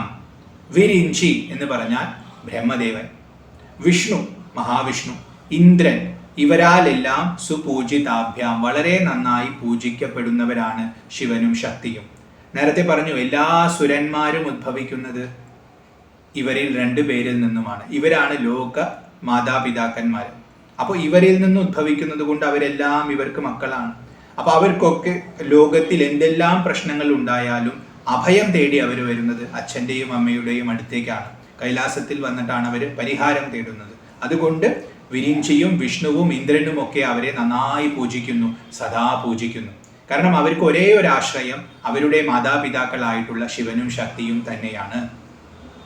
അപ്പൊ ഇത്രയും വലിയ ആൾക്കാർ പൂജിക്കുന്നത് കൊണ്ട് നമ്മളും തീർച്ചയായും പൂജിക്കണം. സാധാരണക്കാർക്കും പൂജനീയമാണ് അവരുടെ പാദപത്മങ്ങൾ. വിഭൂതി പാട്ടീര വിലേപനാഭ്യാം. വിഭൂതി എന്ന് പറഞ്ഞാൽ ഭസ്മം, പാട്ടീരം എന്ന് പറഞ്ഞാൽ ചന്ദനം. അമ്മ ചന്ദനത്തെ ധരിച്ചിട്ടുണ്ട്, ഭഗവാൻ വിഭൂതിയെ ധരിച്ചിട്ടുണ്ട്. അപ്പോൾ ഇങ്ങനെ ചന്ദനത്തെയും വിഭൂതിയെയും ധരിച്ചിട്ടുള്ള വിലേപനം ചെയ്തിട്ടുള്ള ദേഹത്തോടൊത്തവരാണ് രണ്ടുപേരും. ഭഗവാൻ വിരക്തഭാവത്തിൽ ഇരിക്കുമ്പോഴാണ് ആ വിഭൂതി പൂശുന്നത്. മാത്രവുമല്ല ഭഗവാന്റെ ശോഭയെ ഉൾക്കൊള്ളാൻ ആർക്കും പറ്റാത്തത് കൊണ്ട് അവർക്ക് കാണാൻ പാകത്തിനായി നിന്നു കൊടുക്കാൻ വേണ്ടിയും വിഭൂതി പൂശും. ഒരു മറ പോലെ തൻ്റെ കാന്തിയെ ഒന്ന് കുറയ്ക്കാനായിട്ട് വിഭൂതിയെ പൂശും. അപ്പൊ അതുകൊണ്ട് വിഭൂതി പൂശിയിരിക്കുന്ന മഹാദേവനും ചന്ദനത്തിന്റെ സുഗന്ധം പരത്തുന്ന ആ ലേപനം പുരട്ടിയിട്ടുള്ള മഹാദേവിയും അവർ രണ്ടുപേർക്കും നമസ്കാരത്തെ അർപ്പിക്കുന്നു എന്നാണ് ഇവിടെ പറയുന്നത്. അതാണ് വിഭൂതി പാട്ടീര വിലേപനാഭ്യാം. നമോ നമഃ ശങ്കര പാർവതീഭ്യാം. അങ്ങനെയുള്ള മംഗളത്തെ ചെയ്യുന്ന ശിവനും പർവ്വതത്തിന്റെ മകളായ ദേവിക്കും നമസ്കാരം. നമഃ ശിവാഭ്യാം വൃഷവാഹനാഭ്യാം വിരിഞ്ചി വിഷ്ണീന്ദ്ര സുപൂജിതാഭ്യാം വിഭൂതി പാട്ടീര വിലേപനാഭ്യാം നമോ നമഃ ശങ്കര പാർവതീഭ്യാം. ഇതായിരുന്നു മൂന്നാമത്തെ ശ്ലോകം. അടുത്തത് നാലാമത്തെ ശ്ലോകമാണ്. നമഃ ശിവാഭ്യാം ജഗദീശ്വരാഭ്യാം ജഗത്പതിഭ്യാം ജയവിഗ്രഹാഭ്യാം ജംഭാരി മുഖ്യൈർ അഭിവന്ദിതാഭ്യാം നമോ നമഃ ശങ്കര പാർവതീഭ്യാം. നമഃ ശിവാഭ്യാം, ശിവനും ശിവയ്ക്കുമായിക്കൊണ്ട് നമസ്കാരം.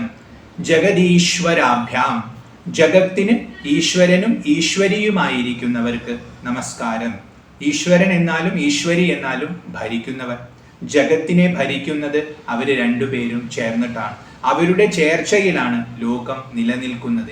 അതിങ്ങനെ നടന്നുകൊണ്ടിരിക്കുന്നത്. കാരണം ജഗത്ത് ശബ്ദത്തിന് ചലിക്കുന്നത് എന്ന അർത്ഥമുണ്ട്. അപ്പൊ ലോകം ഇങ്ങനെ ചലിച്ചുകൊണ്ടിരിക്കുന്നത് അവരുടെ ചേർച്ച കൊണ്ടാണ്. അപ്പൊ അതുകൊണ്ട് അവര് ജഗദീശ്വരന്മാരാണ്. അങ്ങനെയുള്ള അവർക്ക് നമസ്കാരം. ജഗത്പതിഭ്യാം, ജഗത്തിന്റെ പതിയാണ്, ജഗത്തിനെ ഭരിക്കുന്നവരാണെന്നുള്ള അർത്ഥം തന്നെയാണ് ഇവിടെയുള്ളത്. ജഗത്തിന് ആശ്രയം അവര് തന്നെയാണ്. അതുകൊണ്ട് ജഗത്പതിയാണ്. ജയ വിഗ്രഹാഭ്യാം, ജയം തന്നെ വിഗ്രഹമായിട്ടിരിക്കുന്നവർ. വിഗ്രഹം എന്നാൽ രൂപം എന്നർത്ഥമാണ്. വിശേഷേണ ഗ്രഹിക്കപ്പെടേണ്ടത്, നമുക്ക് കാണാൻ പറ്റുന്നത്, ഇന്ദ്രിയങ്ങൾക്ക് അഭിവ്യക്തമാക്കാൻ പറ്റുന്ന, ഇന്ദ്രിയങ്ങൾക്ക് ഗോചരമായിട്ടുള്ളതെന്തോ അതാണ് വിഗ്രഹം. അപ്പോൾ അത് ജയം തന്നെ ഒരു രൂപമെടുത്താൽ ആ രൂപമാണ് ശിവപാർവതി രൂപം. അപ്പോൾ ജീവിതത്തിൽ നമ്മൾ ആഗ്രഹിക്കുന്നത് ജയമാണ്. ആ ജയം എന്ന് പറയുന്നത് ശിവനും പാർവതിയും തന്നെയാണെന്നുള്ള സൂചന ഇവിടെയുണ്ട്. വിഗ്രഹ ശബ്ദത്തിന് യുദ്ധം എന്ന അർത്ഥം വരുന്നുണ്ട്. അപ്പൊ യുദ്ധത്തിൽ ജയത്തെ പ്രദാനം ചെയ്യുന്നവരാണ് രണ്ടുപേരും എന്നുള്ളത് കൊണ്ടും ജയവിഗ്രഹാഭ്യാം. അതുപോലെ ആരാണോ അവരെ ശരിക്കും ഗ്രഹിക്കുന്നത് അവർക്ക് ജയത്തെ നൽകുന്നവരാണ് എന്നർത്ഥത്തിലും ജയവിഗ്രഹാഭ്യാം. ലോകത്തിലെ ഏറ്റവും വലിയ ജയം അവരാണ് എന്നാണ് നമ്മൾ ഗ്രഹിക്കേണ്ടത് എന്നുള്ളത് കൊണ്ടും ജയവിഗ്രഹാഭ്യാം. അപ്പോ നമഃശിവാഭ്യാം ജഗദീശ്വരാഭ്യാം ജഗത്പതിഭ്യാം ജയവിഗ്രഹാഭ്യാം ജംഭാരി മുഖ്യൈരഭിവന്ദിതാഭ്യാം. ജംഭാരി തുടങ്ങിയിട്ടുള്ള സുരന്മാരാൽ അഭിവന്ദിതരാണ് ഇവർ രണ്ടുപേരും. ജംഭാരി എന്ന് പറഞ്ഞാൽ ഇന്ദ്രനാണ്. ജംഭൻ എന്ന അസുരന്റെ ശത്രു എന്നാണ് ജംഭാരി ശബ്ദത്തിനർത്ഥം. ഈ ജംഭൻ എന്ന അസുരനെ വധിച്ചത് ഇന്ദ്രനാണ്. ഇതിന്റെ കഥ പല പുരാണങ്ങളിലുമുണ്ട്, ഭാഗവതത്തിലുമുണ്ട്. പാലാഴി മഥനമെല്ലാം കഴിഞ്ഞ് അമൃതം മോഹിനി രൂപമെടുത്തു വന്ന വിഷ്ണു ദേവന്മാർക്ക് കൊടുത്തു കഴിഞ്ഞപ്പോൾ അസുരന്മാരും സുരന്മാരും തമ്മിൽ യുദ്ധമായി, ഗംഭീര യുദ്ധമായി. ആ യുദ്ധത്തിൽ മഹാബലിയെ സഹായിക്കാൻ വന്നിട്ടുള്ള ഒരു അസുരനാണ് ഈ ജംഭൻ എന്ന് പേരുള്ള അസുരൻ. അപ്പൊ മഹാബലിയും ഇന്ദ്രനും കൂടി യുദ്ധം ചെയ്ത് മഹാബലിയെ വജ്രം കൊണ്ടടിച്ച് ബോധം കെടുത്തി ഇന്ദ്രൻ. ആ സമയത്ത് മഹാബലിയെ വധിക്കുമോ എന്ന ഭയത്താൽ മഹാബലിയെ രക്ഷിക്കാൻ വേണ്ടി വന്ന അസുരനാണ് ജംഭൻ. ജംഭൻ വന്ന് ഇന്ദ്രനോട് യുദ്ധം ചെയ്യും. ഇന്ദ്രനോട് യുദ്ധം ചെയ്ത് തന്റെ കയ്യിലുള്ള ആയുധങ്ങൾ ഉപയോഗിച്ചിട്ട് ഐരാവതത്തെ അടിച്ച് ബോധം കെടുത്തു. അങ്ങനെ ഐരാവതം ചലിക്കാൻ പറ്റാത്ത വിധം ബോധം കെട്ട് കിടക്കുന്ന സമയത്ത് ഇന്ദ്രന്റെ സാരഥി മാതലി അവിടേക്ക് ഒരു രഥവുമായിട്ട് വളരെ പെട്ടെന്ന് വരും. വളരെ പെട്ടെന്ന് വന്ന് അങ്ങ് ഇതിലേക്ക് കയറിയാലും എന്ന് പറഞ്ഞ് ഇന്ദ്രനെ പിടിച്ചു കയറ്റും. അപ്പോൾ മാതലി ഇത്രയും പെട്ടെന്ന് വന്ന് ഇന്ദ്രനെ സഹായിച്ചത് കണ്ടപ്പോൾ അയാൾക്ക് ആ ജംഭന് സന്തോഷമായി. നല്ല സാരഥിയാണ്, പക്ഷെ ഇവനെ വെച്ചിരുന്നാൽ ബുദ്ധിമുട്ടാണെന്ന് പറഞ്ഞ് ചാടി ആ മാതലിയെ അടിച്ചു. അപ്പൊ നല്ല അടി കിട്ടി, നല്ല വേദനയുണ്ട്. പക്ഷെ അത് സഹിച്ചുകൊണ്ടും അദ്ദേഹം രഥത്തെ വിട്ടില്ല, രഥത്തെ നിയന്ത്രിച്ചുകൊണ്ട് തന്നെ നിർത്തി. ആ സമയത്ത് ഇന്ദ്രന് ദേഷ്യം വന്നിട്ട്, കാരണം തന്റെ ആനയെയും പ്രഹരിച്ചു സാരഥിയെയും പ്രഹരിച്ചു എന്ന് പറഞ്ഞ് ദേഷ്യം വന്ന് വജ്രം എടുത്തിട്ട് ഈ ജംഭന്റെ ശിരസ് മുറിക്കുകയാണ്. അങ്ങനെ ജംഭനെ വധിക്കുകയാണ്. അതുകൊണ്ട് ഇന്ദ്രന് കിട്ടിയ പേരാണ് ജംഭാരി. അപ്പൊ ജംഭാരി മുഖ്യ ശബ്ദം കൊണ്ട് അവിടെ മറ്റു ദേവന്മാർ, അതായത് ജംഭാരി ആർക്കാണ് മുഖ്യൻ? മുഖ്യൻ എന്ന് പറഞ്ഞാൽ ചീഫ്, അതായത് രാജാവ് എന്നർത്ഥം. അപ്പൊ ആർക്കാണ് ജംഭാരി രാജാവാകുന്നത്? സുരന്മാർക്കാണ്. അപ്പോൾ സുരന്മാരാൽ അഭിവന്ദിതരായിരിക്കുന്നവരാണ് ശിവനും പാർവതിയും. നേരത്തെ പറഞ്ഞു ജഗത്തിന് മുഴുവൻ ഈശ്വരനാണ്, ലോകത്തിന് മുഴുവൻ മാതാപിതാക്കളാണ്. അപ്പൊ അവർക്കൊക്കെ ആശ്രയം പാർവതി പരമേശ്വരന്മാരാണ്. അതുകൊണ്ട് അവരെല്ലാം വന്ന് സ്തുതിക്കുന്നു. ഈ ജംഭാരി വധ കഥ 8ാമത്തെ സ്കന്ധത്തിൽ, ഭാഗവതത്തിലെ 8ാമത്തെ സ്കന്ധത്തിൽ 11ാം അധ്യായത്തിലാണ് വരുന്നത്. നമോ നമഃ ശങ്കര പാർവതീഭ്യാം. മംഗളത്തെ ചെയ്യുന്ന ശിവനും പർവതപുത്രിയായ പാർവതിക്കും തപോമൂർത്തിയായ പാർവതിക്കും നമസ്കാരം. വീണ്ടും വീണ്ടും നമസ്കാരം. ഇതാണ് 4ാമത്തെ ശ്ലോകം. നമഃ ശിവാഭ്യാം ജഗദീശ്വരാഭ്യാം ജഗത്പതിഭ്യാം ജയവിഗ്രഹാഭ്യാം ജംഭാരി മുഖ്യൈരഭിവന്ദിതാഭ്യാം നമോ നമഃ ശങ്കര പാർവതീഭ്യാം. അടുത്തത് 5ാമത്തെ ശ്ലോകമാണ്. നമഃ ശിവാഭ്യാം പരമൗഷധാഭ്യാം പഞ്ചാക്ഷരീ പഞ്ചര രഞ്ജിതാഭ്യാം പ്രപഞ്ച സൃഷ്ടി സ്ഥിതി സംഹൃതാഭ്യാം നമോ നമഃ ശങ്കര പാർവതീഭ്യാം. നമഃ ശിവാഭ്യാം, ശിവനും ശിവയ്ക്കുമായിക്കൊണ്ട് നമസ്കാരം, മംഗളസ്വരൂപികൾക്കായിക്കൊണ്ട് നമസ്കാരത്തെ അർപ്പിക്കുന്നു. പരമൗഷധാഭ്യാം, പരമമായ ഔഷധമായിരിക്കുന്ന രണ്ടുപേർക്കും നമസ്കാരം അർപ്പിക്കുന്നു. രോഗം ബാധിച്ചാൽ അതിനുള്ള മരുന്നാണ് ഔഷധം. ഇവിടെ പരമൗഷധം എന്ന് പറയുമ്പോൾ ഏറ്റവും വലിയ ഔഷധമാണ്. അപ്പോൾ ഏറ്റവും വലിയ രോഗത്തിനുള്ള ഔഷധമാണെന്ന അർത്ഥം വന്നു. ഏറ്റവും വലിയ രോഗം എന്ന് പറയുന്നത് മരണം തന്നെയാണ്. മരണം എന്ന് പറഞ്ഞാൽ സംസാരമാണ്. കാരണം ജനന മരണ ചക്രമാണ് സംസാരം. അപ്പോൾ ജനിച്ചാൽ മരണമുണ്ട്, മരിച്ചാൽ ജനനമുണ്ട്. അപ്പോൾ മരണമാണ് ഏറ്റവും വലിയ രോഗം എന്ന് പറയുമ്പോൾ സംസാരമാണ് ഏറ്റവും വലിയ രോഗം. ആ രോഗത്തിനുള്ള ഔഷധം ശിവനും ശക്തിയും തന്നെയാണ്. കാരണം അവർ നിത്യതയാണ്, ഈ ലോകം അനിത്യമാണ്. അപ്പോൾ അനിത്യമായ സംസാരത്തിൽ നിന്നും രക്ഷ നേടണമെങ്കിൽ നിത്യമായ ഇവർ രണ്ടുപേരെയും ആശ്രയിക്കണം. നവയൗവനാഭ്യാം എന്ന് തുടക്കത്തിൽ തന്നെ പറഞ്ഞു. സദാ യൗവന ഭാവത്തിലിരിക്കുന്നവർ, ആ പരബ്രഹ്മ തത്വമായിട്ടുള്ള ശിവപാർവതിമാരെ ആശ്രയിക്കണം. കാരണം അവരാണ് സംസാരത്തിനുള്ള ഔഷധം. അവരെ ഭജിച്ചാൽ സംസാരം ഇല്ലാതെയാകും, ജനന മരണ ചക്രം ഭസ്മമായി പോകും, നിത്യമുക്തി ഭക്തന് ലഭിക്കും. അതുകൊണ്ട് പരമൗഷധാഭ്യാം. ഇനി എല്ലാ രോഗത്തിനുമുള്ള ഔഷധവും ഇവരാണ്. സ്ഥൂലമായ അർത്ഥത്തിൽ നോക്കിയാൽ അങ്ങനെയും പറയാം. ഈ ലോകത്തിൽ പലതരം രോഗങ്ങളുണ്ട്. ധർമ്മം തെറ്റുമ്പോഴാണ് രോഗമുണ്ടാവുന്നത്. അപ്പോൾ അങ്ങനത്തെ രോഗങ്ങൾ ശരീരത്തെ ബാധിച്ചാൽ വളരെയധികം നമ്മൾ കഷ്ടപ്പെടും. അപ്പോൾ അത്തരം രോഗങ്ങൾക്കൊക്കെ പല ഔഷധങ്ങളും ഇവിടെയുണ്ട്. എന്നാൽ ഇവരെ ആശ്രയിച്ചവർക്ക് രോഗം ബാധിക്കുകയില്ല. രോഗം ബാധിച്ചാൽ തന്നെ അത് അവർ മാറ്റിക്കൊടുക്കും. അവരുടെ കൃപ കൊണ്ട് തന്നെ അത്തരം രോഗങ്ങൾ ഇല്ലാതെയാകും. അപ്പം അതുകൊണ്ട് പരമൌഷധാഭ്യാമാണ്. ഭജിക്കുന്നവരുടെ രോഗത്തെ ഇല്ലാതെയാക്കുന്നവരാണ്. ഇത്തരം കഥകൾ നമ്മൾ പലതും കേട്ടിട്ടുണ്ട്.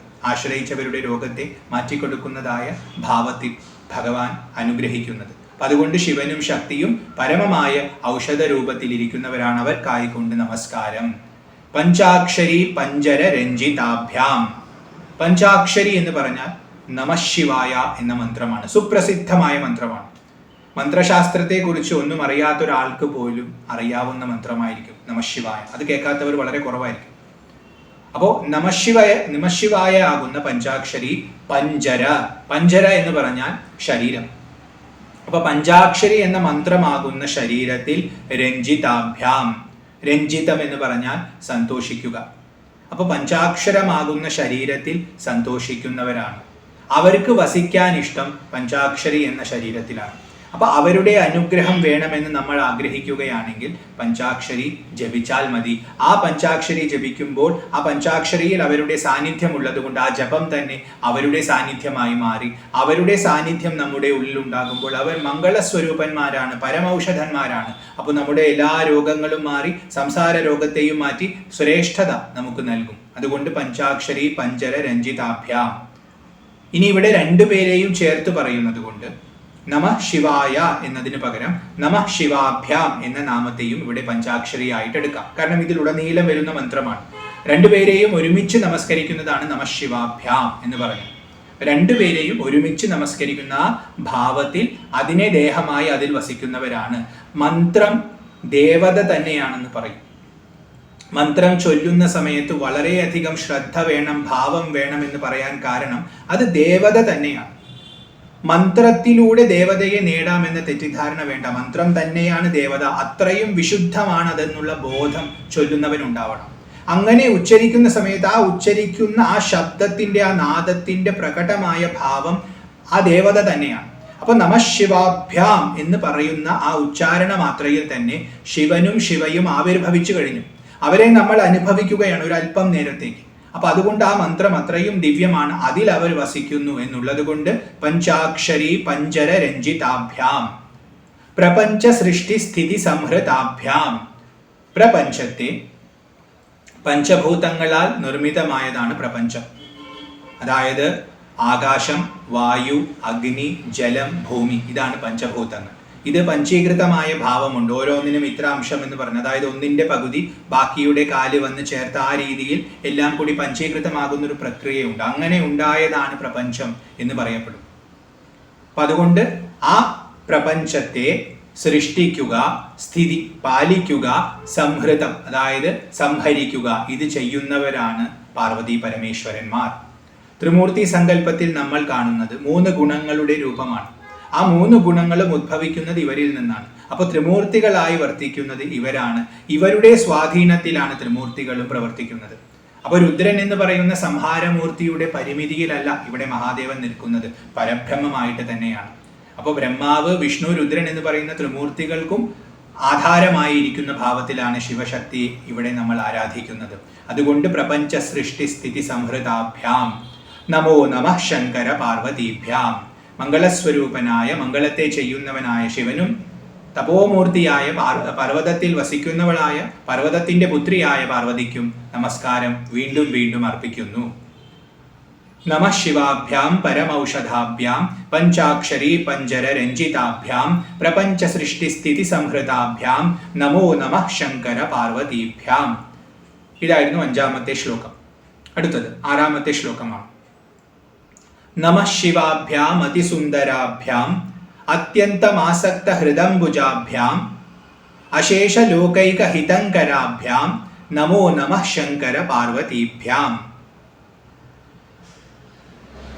നമഃ ശിവാഭ്യാം, ശിവനും ശിവയ്ക്കുമായിക്കൊണ്ട് നമസ്കാരം. അതിസുന്ദരാഭ്യാം, സുന്ദരം എന്ന് പറഞ്ഞാൽ മനസ്സിനെ ആകർഷിക്കുന്ന വസ്തുവാണ്. അപ്പോൾ അതിസുന്ദരം എന്ന് പറഞ്ഞാൽ മനസ്സിനെ ഏറ്റവും കൂടുതൽ ആകർഷിക്കുന്ന വസ്തുവാണ്. നമ്മൾ ഈ പ്രപഞ്ചത്തിൽ പലതും സുന്ദരമാണെന്ന് പറയും. അത് സുന്ദരമാണെന്ന് പറയുന്നത് അത് നമ്മുടെ മനസ്സിനെ ആകർഷിച്ച് നമുക്കൊരു ആനന്ദത്തെ നൽകുന്നത് കൊണ്ടാണ്. എന്നാൽ അതിലൂടെ നമുക്ക് ലഭിക്കുന്ന ആനന്ദം വാസ്തവത്തിൽ ശിവനും ശക്തിയും തന്നെയാണ്. ആ പരബ്രഹ്മം തന്നെയാണ് നമ്മൾ അനുഭവിക്കുന്ന ആ ആനന്ദം. ആ ആനന്ദത്തിനെ നമ്മൾ അലയുന്നത്. ആ ആനന്ദം ഉള്ളിടത്തേക്കാണ് നമ്മുടെ മനസ്സ് ചെല്ലുന്നത്. അപ്പോൾ നമ്മളെ ആകർഷിക്കുന്നത് ആനന്ദമാണ്. ആ ആനന്ദം തന്നെ സ്വരൂപമായിരിക്കുന്നത് കൊണ്ട് ഇവര് തന്നെയാണ് സൗന്ദര്യത്തിന്റെ ഏറ്റവും പരമമായ ഭാവം. സുന്ദരി എന്ന് അമ്മയെ വിളിക്കുന്നുണ്ട്.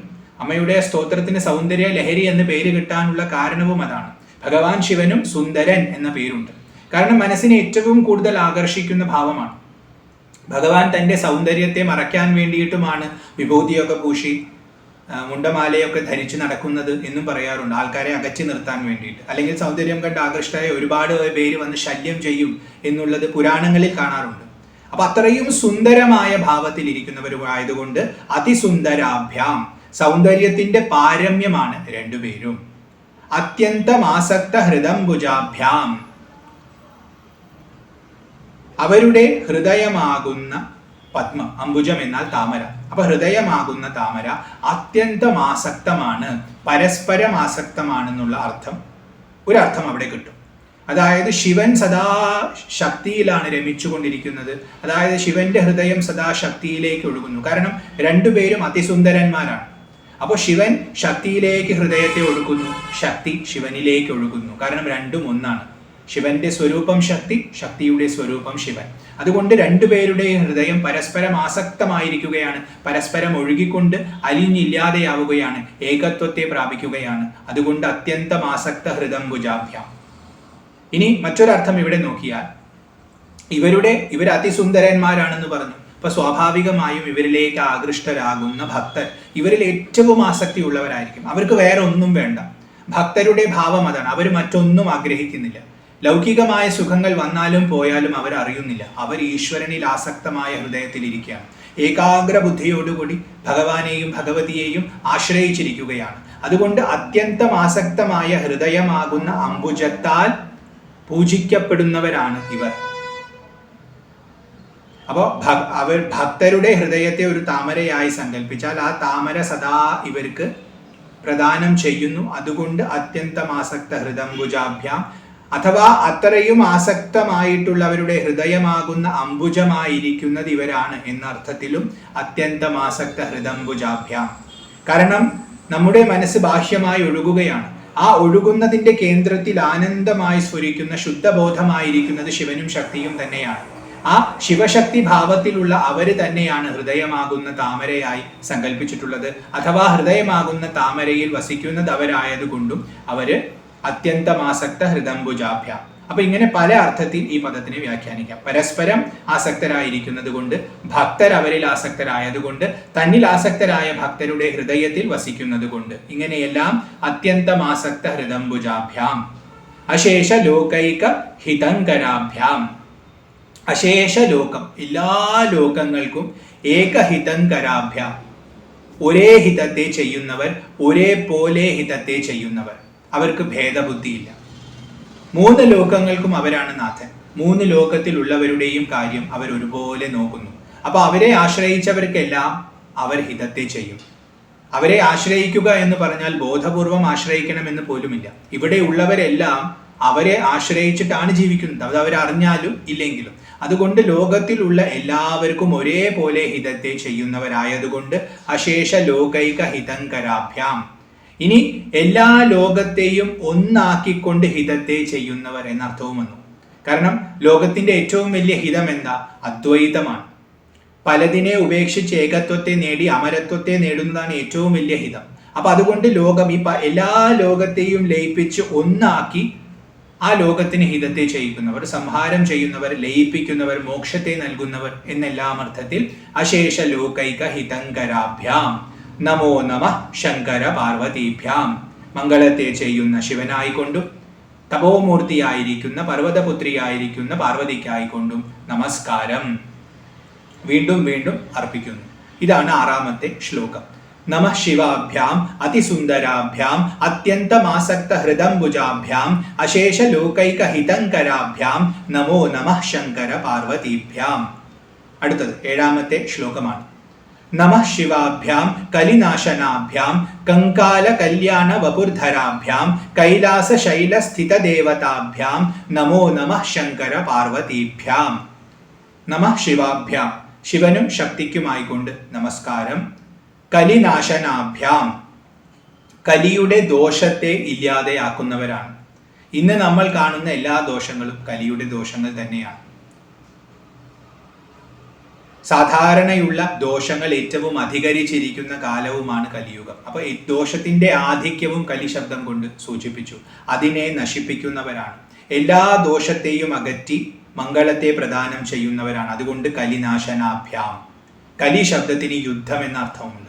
അപ്പൊ യുദ്ധത്തെ അവസാനിപ്പിക്കുന്നവരാണ്, ബാഹ്യമായ യുദ്ധങ്ങളെ അവസാനിപ്പിക്കുന്നവരാണ് എന്നൊരർത്ഥം വന്നു.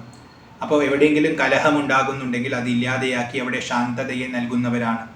ഇനി ഇവരോട് ആരെങ്കിലും യുദ്ധം ചെയ്താൽ അഥവാ ഇവരൊരു യുദ്ധത്തിലേക്ക് പ്രവേശിച്ചാൽ ആ യുദ്ധം അവസാനിക്കും. കാരണം അവർ ജയിക്കും, അതുറപ്പാണ്. അതുകൊണ്ടും യുദ്ധത്തെ അവസാനിപ്പിക്കുന്നവരാണ്.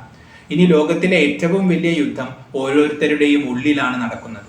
അകത്ത് നടക്കുന്ന സംഘർഷമാണ് ഏറ്റവും വലിയ സംഘർഷം. ആ സംഘർഷത്തെ ഇല്ലാതെയാക്കുന്നു. അവർക്ക് ആത്മബോധത്തെ പ്രദാനം ചെയ്ത് അവരുടെ എല്ലാ സംശയങ്ങളെയും ഇല്ലാതെയാക്കുന്നത് കൊണ്ട് കലിനാശനാഭ്യാം എന്ന് വിളിച്ചിരിക്കുന്നു. കങ്കാല കല്യാണ വപുർധരാഭ്യാം. കങ്കാലം എന്നാൽ അസ്ഥിക്കൂടം, കല്യാണം എന്നാൽ സ്വർണം. ശിവൻ, ഇപ്പൊ നേരത്തെ പറഞ്ഞു, ശിവൻ വിഭൂതിയാണ് പൂശിയിട്ടുള്ളത്, അമ്മ ചന്ദനമാണ് പൂശിയിട്ടുള്ളത്. അതുപോലെ ഇവിടെ പറയുന്നു ശിവൻ ധരിച്ചിട്ടുള്ളത് അസ്ഥി കൊണ്ടുള്ള മാലകളാണ്, അസ്ഥിക്കൂടങ്ങളെ കൊണ്ടുള്ള മാലകളാണ് ശിവൻ ധരിച്ചിട്ടുള്ളത്. അമ്മ സ്വർണം കൊണ്ടുള്ള മാലയാണ് ധരിച്ചിട്ടുള്ളത്. അതുകൊണ്ട് കങ്കാല കല്യാണ വപുർധരാഭ്യാം, അങ്ങനത്തെ ശരീരത്തോടൊത്തിയവരാണ് രണ്ടുപേരും. ഇനി കങ്കാല കല്യാണത്തിന് കുറച്ചുകൂടി സൂക്ഷ്മമായി നോക്കിയാൽ മോക്ഷം അഥവാ മുക്തി നമുക്ക് ശിവനിൽ നിന്നും ലഭിക്കുന്നു, ഭോഗം അഥവാ ഭുക്തി നമുക്ക് ദേവിയിൽ നിന്നും ലഭിക്കുന്നു. കാരണം സ്വർണം എന്ന് പറയുന്നത് ഭോഗത്തെ സൂചിപ്പിക്കുന്നു, കങ്കാലം എന്ന് പറയുന്നത് മോക്ഷത്തെ സൂചിപ്പിക്കുന്നു. അപ്പൊ രണ്ടും ചേർന്നിരിക്കുന്ന ഭാവത്തിൽ നമ്മൾ നമസ്കാരം അർപ്പിക്കുമ്പോൾ നമുക്ക് രണ്ടും കിട്ടും. ഭുക്തിയും മുക്തിയും ഇവർ നൽകും. അതുകൊണ്ട് കങ്കാല കല്യാണ വപുർധരാഭ്യാം കൈലാസ ശൈല സ്ഥിത ദേവതാഭ്യാം. ഇവർ വരുന്നവർക്കൊക്കെ ദാനം കൊടുക്കുന്നവരാണ്. എന്താഗ്രഹിച്ചു വരുന്നുവോ അത് കൊടുക്കും. ലോകത്തിന് മംഗളം ഉണ്ടാവണം എന്ന ഒറ്റ വിചാരത്തിലിരിക്കുന്ന ലോകത്തിന്റെ അച്ഛനും അമ്മയുമാണ് ശിവനും പാർവതിയും. അപ്പൊ അങ്ങനെ എല്ലാവർക്കും ദാനം കൊടുക്കുന്നവരായതുകൊണ്ട് ദേവന്മാരാണ്. പക്ഷെ ഈ രണ്ട് ദേവന്മാരും എവിടെയാണ് ഇരിക്കുന്നത്? കൈലാസ ശൈല സ്ഥിത, കൈലാസമാകുന്ന പർവ്വതത്തിലാണ് ഇവരിയ്ക്കുന്നത്. കൈലാസം എന്ന ശബ്ദത്തിന് സ്ഫടികം എന്നാണ് അർത്ഥം. സ്ഫടികത്തിന് എന്താ പ്രത്യേകത? അതിന് ഒരു നിറവുമില്ല. അതായത് നാമരൂപങ്ങൾക്ക് അതീതമായിട്ടുള്ള ശുദ്ധ വസ്തുവാണ്. ഗുണങ്ങൾ ഇല്ലാത്തവരാണ്, നിർഗുണ സ്വരൂപനാണ്. ആ നിർഗുണ പരബ്രഹ്മത്തിലാണ് അവർ വസിക്കുന്നത്. അവരെ അവരുടെ പൂർണ്ണതയിൽ അറിയണമെങ്കിൽ ഈ ഗുണങ്ങളെ എല്ലാം താണ്ടി നാമങ്ങളെയും രൂപങ്ങളെയും എല്ലാം ഉപേക്ഷിച്ച് ശുദ്ധമായ ആ അദ്വൈത കൈവല്യ ഭാവത്തിലേക്ക് എത്തിയാൽ മാത്രമേ അറിയാൻ സാധിക്കൂ. അതുകൊണ്ടാണ് അവർ കൈലാസമാകുന്ന ശൈലത്തിലിരിക്കുന്ന ദേവതമാരാണ്. അങ്ങനെയുള്ളവർക്ക് നമസ്കാരം. അപ്പൊ നമ്മൾ എന്താഗ്രഹിച്ചാലും അത് നമുക്ക് നൽകും. നമുക്ക് വഴികാട്ടിയായിരിക്കുന്നത് കൊണ്ടും ദേവതയാണ്. അപ്പൊ അങ്ങനെയുള്ള അവർക്ക് നമസ്കാരം. നമോ നമഃ ശങ്കര പാർവതീഭ്യാം. ശങ്കരനായിക്കൊണ്ടും പാർവതിക്കായിക്കൊണ്ടും വീണ്ടും വീണ്ടും നമസ്കാരത്തെ അർപ്പിക്കുന്നു. ഇതായിരുന്നു 7ാമത്തെ ശ്ലോകം. നമഃ ശിവാഭ്യാം കലിനാശനാഭ്യാം കങ്കാല കല്യാണ വപുർധരാഭ്യാം കൈലാസ ശൈല സ്ഥിത ദേവതാഭ്യാം നമോ നമഃ ശങ്കര പാർവതീഭ്യാം. അടുത്തത് 8ാമത്തെ ശ്ലോകമാണ്. നമഃ ശിവാഭ്യാം അശുഭാപഹാഭ്യാം അശേഷ ലോകൈക വിശേഷിതാഭ്യാം അകുണ്ഠിതാഭ്യാം സ്മൃതി സംഭൃതാഭ്യാം നമോ നമഃ ശങ്കര പാർവതീഭ്യാം. നമഃ ശിവാഭ്യാം, ശിവനും ശിവയ്ക്കുമായിക്കൊണ്ട് നമസ്കാരത്തെ അർപ്പിക്കുന്നു. അശുഭാപഹാഭ്യാം, അശുഭത്തെ അപഹരിക്കുന്നവർക്കായിക്കൊണ്ട് നമസ്കരിക്കുന്നു. ഇവര് ശിവ ആണെന്ന് പറഞ്ഞു, ശിവനും ശിവയുമാണെന്ന് പറഞ്ഞു. അതായത് ശുഭമാണ് അവരുടെ സ്വരൂപം. അപ്പൊ സ്വാഭാവികമായും അശുഭത്തെ ഇല്ലാതെയാക്കുന്നവരാണ്. അവരെവിടെയുണ്ടോ അവിടെ ശുഭം ഉണ്ടാവും, അവിടെ അശുഭം ഉണ്ടാവുകയേ ഇല്ല. അപ്പൊ ശിവനെയും ശക്തിയെയും നമ്മൾ പ്രാർത്ഥിച്ചാൽ അവരെ നമ്മുടെ ഹൃദയത്തിൽ കൊണ്ടുവന്നാൽ അവരുടെ ആ ഭാവം കൊണ്ട് തന്നെ, ആ വരവ് കൊണ്ട് തന്നെ എല്ലാ അശുഭങ്ങളും ഇല്ലാതെയാകും. അപ്പോൾ അശുഭത്തെ ഇല്ലാതെയാക്കുന്നവരായതുകൊണ്ട് അശുഭാപഹാഭ്യാം. ഇനി ഏറ്റവും വലിയ അശുഭം എന്ന് പറയുന്നത് നമ്മൾ പരിമിതരാണെന്നുള്ള തോന്നലാണ്. ശുദ്ധമായ ബോധമാണ്, ആത്മഭാവത്തിൽ ഉള്ളവനാണെന്ന് മറന്ന് പരിമിതനാണെന്ന് ധരിച്ച് ഇവിടെ ജനിച്ചു മരിച്ചു ഇങ്ങനെ കഷ്ടപ്പെടുന്നതാണ് ഏറ്റവും വലിയ അശുഭം. ആ അശുഭത്തെ തന്നെ അവരില്ലാതെയാക്കും ആത്മജ്ഞാനത്തെ പ്രദാനം ചെയ്തുകൊണ്ട്. അപ്പൊ ഏറ്റവും വലിയ മംഗളവസ്തു ആത്മാവ് തന്നെയാണ്. ആത്മാവ് തന്നെയാണ് ശിവൻ.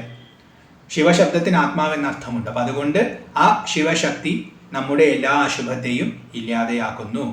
അശേഷ ലോകൈക വിശേഷിതാഭ്യാം. അശേഷ ലോകത്തിൽ ഏകമായ വിശേഷിതരാണ് അവർ. വിശേഷിത ശബ്ദത്തിന് ഭിന്നം എന്നാണ് അർത്ഥം.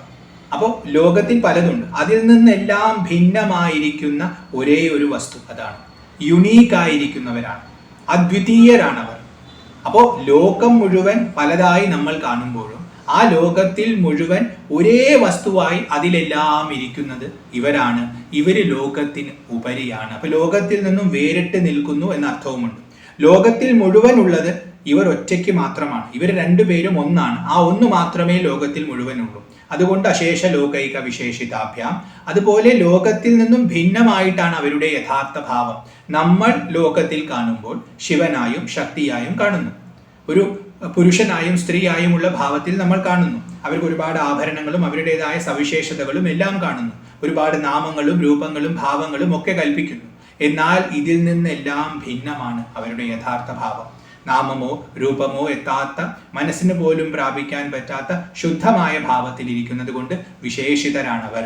അപ്പൊ അശേഷ ലോകൈക വിശേഷിതാഭ്യാം അകുണ്ഠിതാഭ്യാം. കുണ്ഠിതമില്ലാത്തവരാണ് രണ്ടുപേരും. കുണ്ഠിതം എന്നാൽ തടസ്സം അഥവാ ദുഃഖം. അവർക്ക് തടസ്സമില്ല.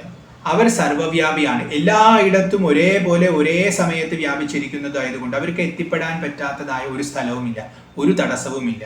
അവരാഗ്രഹിച്ചതെല്ലാം ഉടനെ തന്നെ സംഭവിക്കുന്നതാണ്. അതുകൊണ്ട് അവരെ സത്സങ്കല്പർ എന്ന് വിളിക്കും.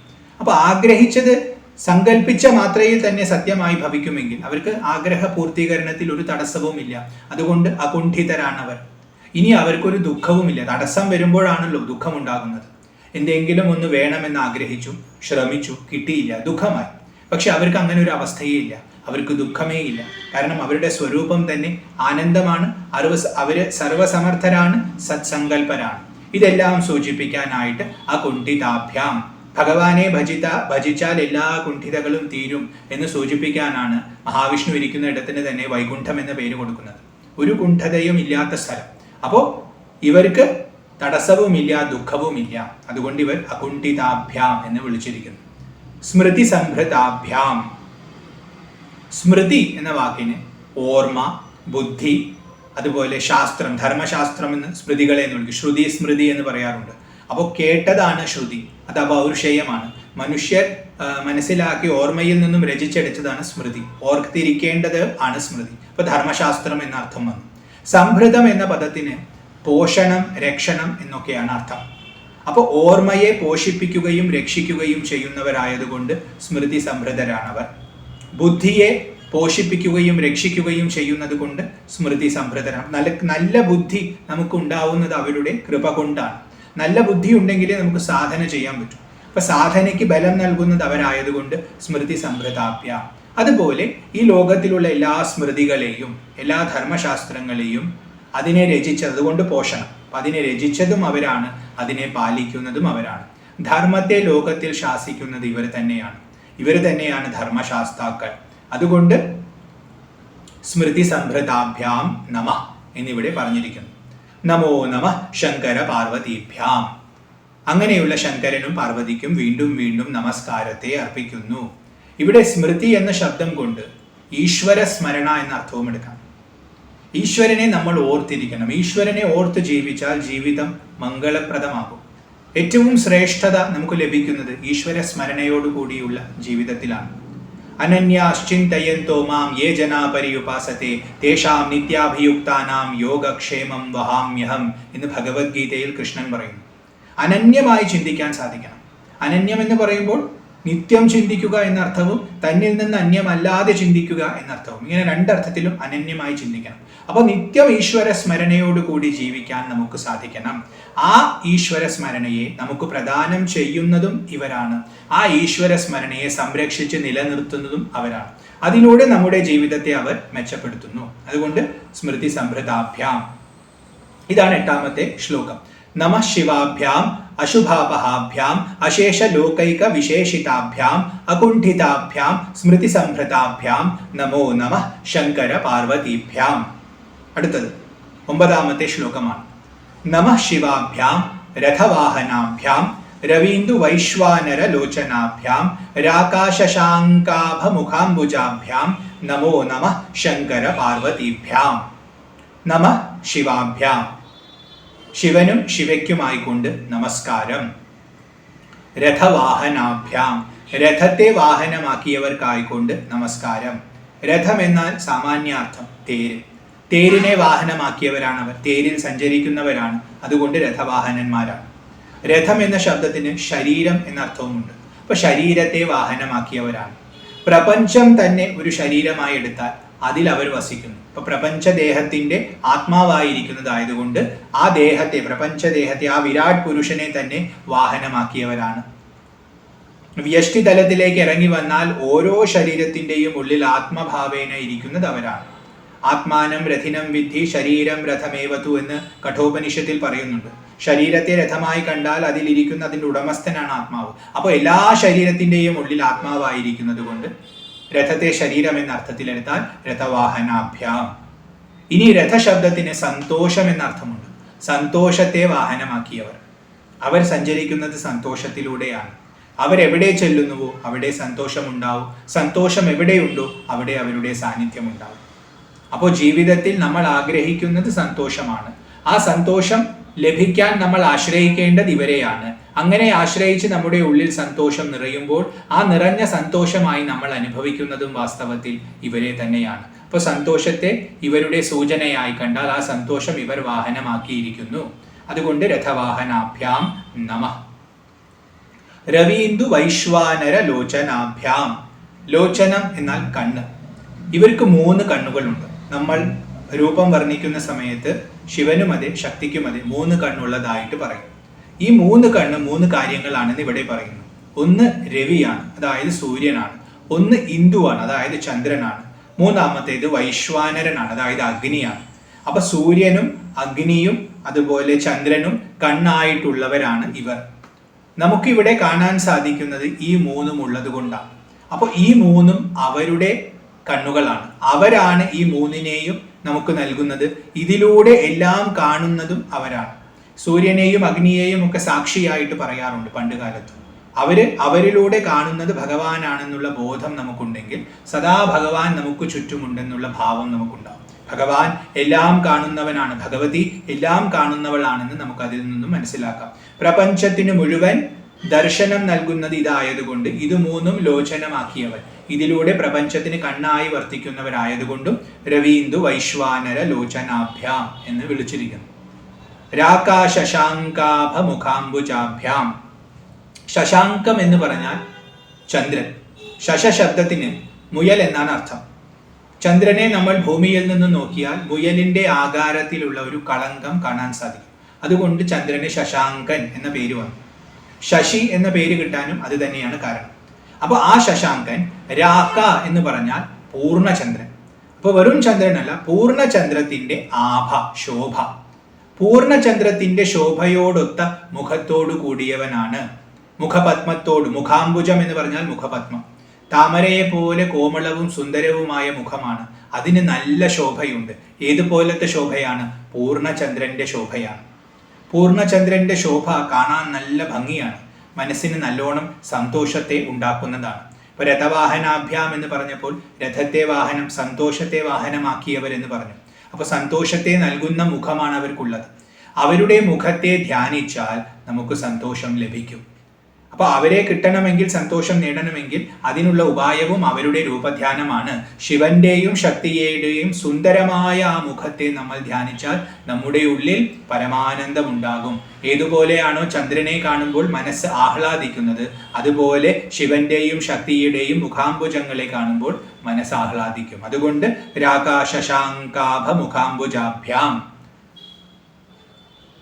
നമോ നമഃ ശങ്കര പാർവതീഭ്യാം. ഇവിടെ മുഖാംബുജം എന്ന് പറയുമ്പോൾ ഈ അംബുജത്തോട് ഉപമിക്കുന്നത് എപ്പോഴും ഒട്ടലില്ലായ്മയെ കാണിക്കാൻ വേണ്ടിയാണ്. ചെളിയിൽ നിന്നും ഉദ്ഭവിച്ച് അത് ചെളിയിനേക്കാൾ ഉയർന്നു നിന്നിട്ടാണ് വിരിയുക. അതിന് ചെളിയുമായി പിന്നെ ഒരു ബന്ധവുമില്ല. അതുപോലെ ജലത്തുള്ളികൾ അതിൽ വീണാലും അത് ഒട്ടാതെ ഒഴുകിപ്പോകുന്നതും നമുക്ക് കാണാൻ സാധിക്കും. അപ്പൊ ഈ ഒട്ടലില്ലായ്മയുടെ പ്രതീകമാണ് അംബുജം, താമര. ഇവരുടെ മുഖത്തെ താമരയായിട്ട്, ഇവരുടെ എല്ലാ അംഗങ്ങളെയും താമരയായിട്ട് ഉപമിക്കാം. അതിനുള്ള കാരണം ഇവർ ലോകത്തിലുള്ളതായി നമ്മൾ കാണുന്നു. ഇപ്പൊ നമ്മൾ ഈ രൂപം കാണുമ്പോൾ നാമരൂപാത്മകം എന്ന് പറഞ്ഞാൽ അത് പ്രാപഞ്ചികമാണ്, മായികമാണ്. അങ്ങനെ നാമവും രൂപവും നമ്മൾ കാണുമ്പോൾ ഈ നാമവും രൂപവും വാസ്തവത്തിൽ പ്രപഞ്ചത്തിനുപരിയുള്ളതാണ്. ഇവരുടെ സ്വരൂപം പ്രപഞ്ചത്തിന് അതീതമാണ്. അതുകൊണ്ടാണ് ഇവരുടെ നാമങ്ങളും ഇവരുടെ രൂപങ്ങളും ദിവ്യമാകുന്നത്. അപ്പൊ ആ ദിവ്യത്വത്തെ, ആ ഉപരിത്വത്തെ സൂചിപ്പിക്കാനായിട്ട് അവർ നിസ്സംഗരാണ്. അവർ ലോകത്തിൽ വന്ന് നമുക്ക് ദർശനം നൽകുമ്പോഴും ലോകത്തിൽ അവർക്ക് ഒരു ഒട്ടലുമില്ല. ലോകത്തിനുപരി തന്നെയാണ് അവരുടെ സ്ഥാനം എന്ന് സൂചിപ്പിക്കാനും മുഖാംബുജം, അതുപോലെ മറ്റംഗങ്ങളെയും അംബുജമായിട്ട് ഉപമിക്കാറുണ്ട്. അങ്ങനെയുള്ള അവർക്ക് വീണ്ടും വീണ്ടും നമസ്കാരം. ശങ്കരനും പാർവതിക്കും നമസ്കാരം. ഇതായിരുന്നു 9ാമത്തെ ശ്ലോകം. നമഃ ശിവാഭ്യാം രഥവാഹനാഭ്യാം രവീന്ദു വൈശ്വാനര ലോചനാഭ്യാം രാകാശശാങ്കാഭ മുഖാംബുജാഭ്യാം നമോ നമഃ ശങ്കര പാർവതീഭ്യാം. അടുത്തത് 10ാമത്തെ ശ്ലോകമാണ്.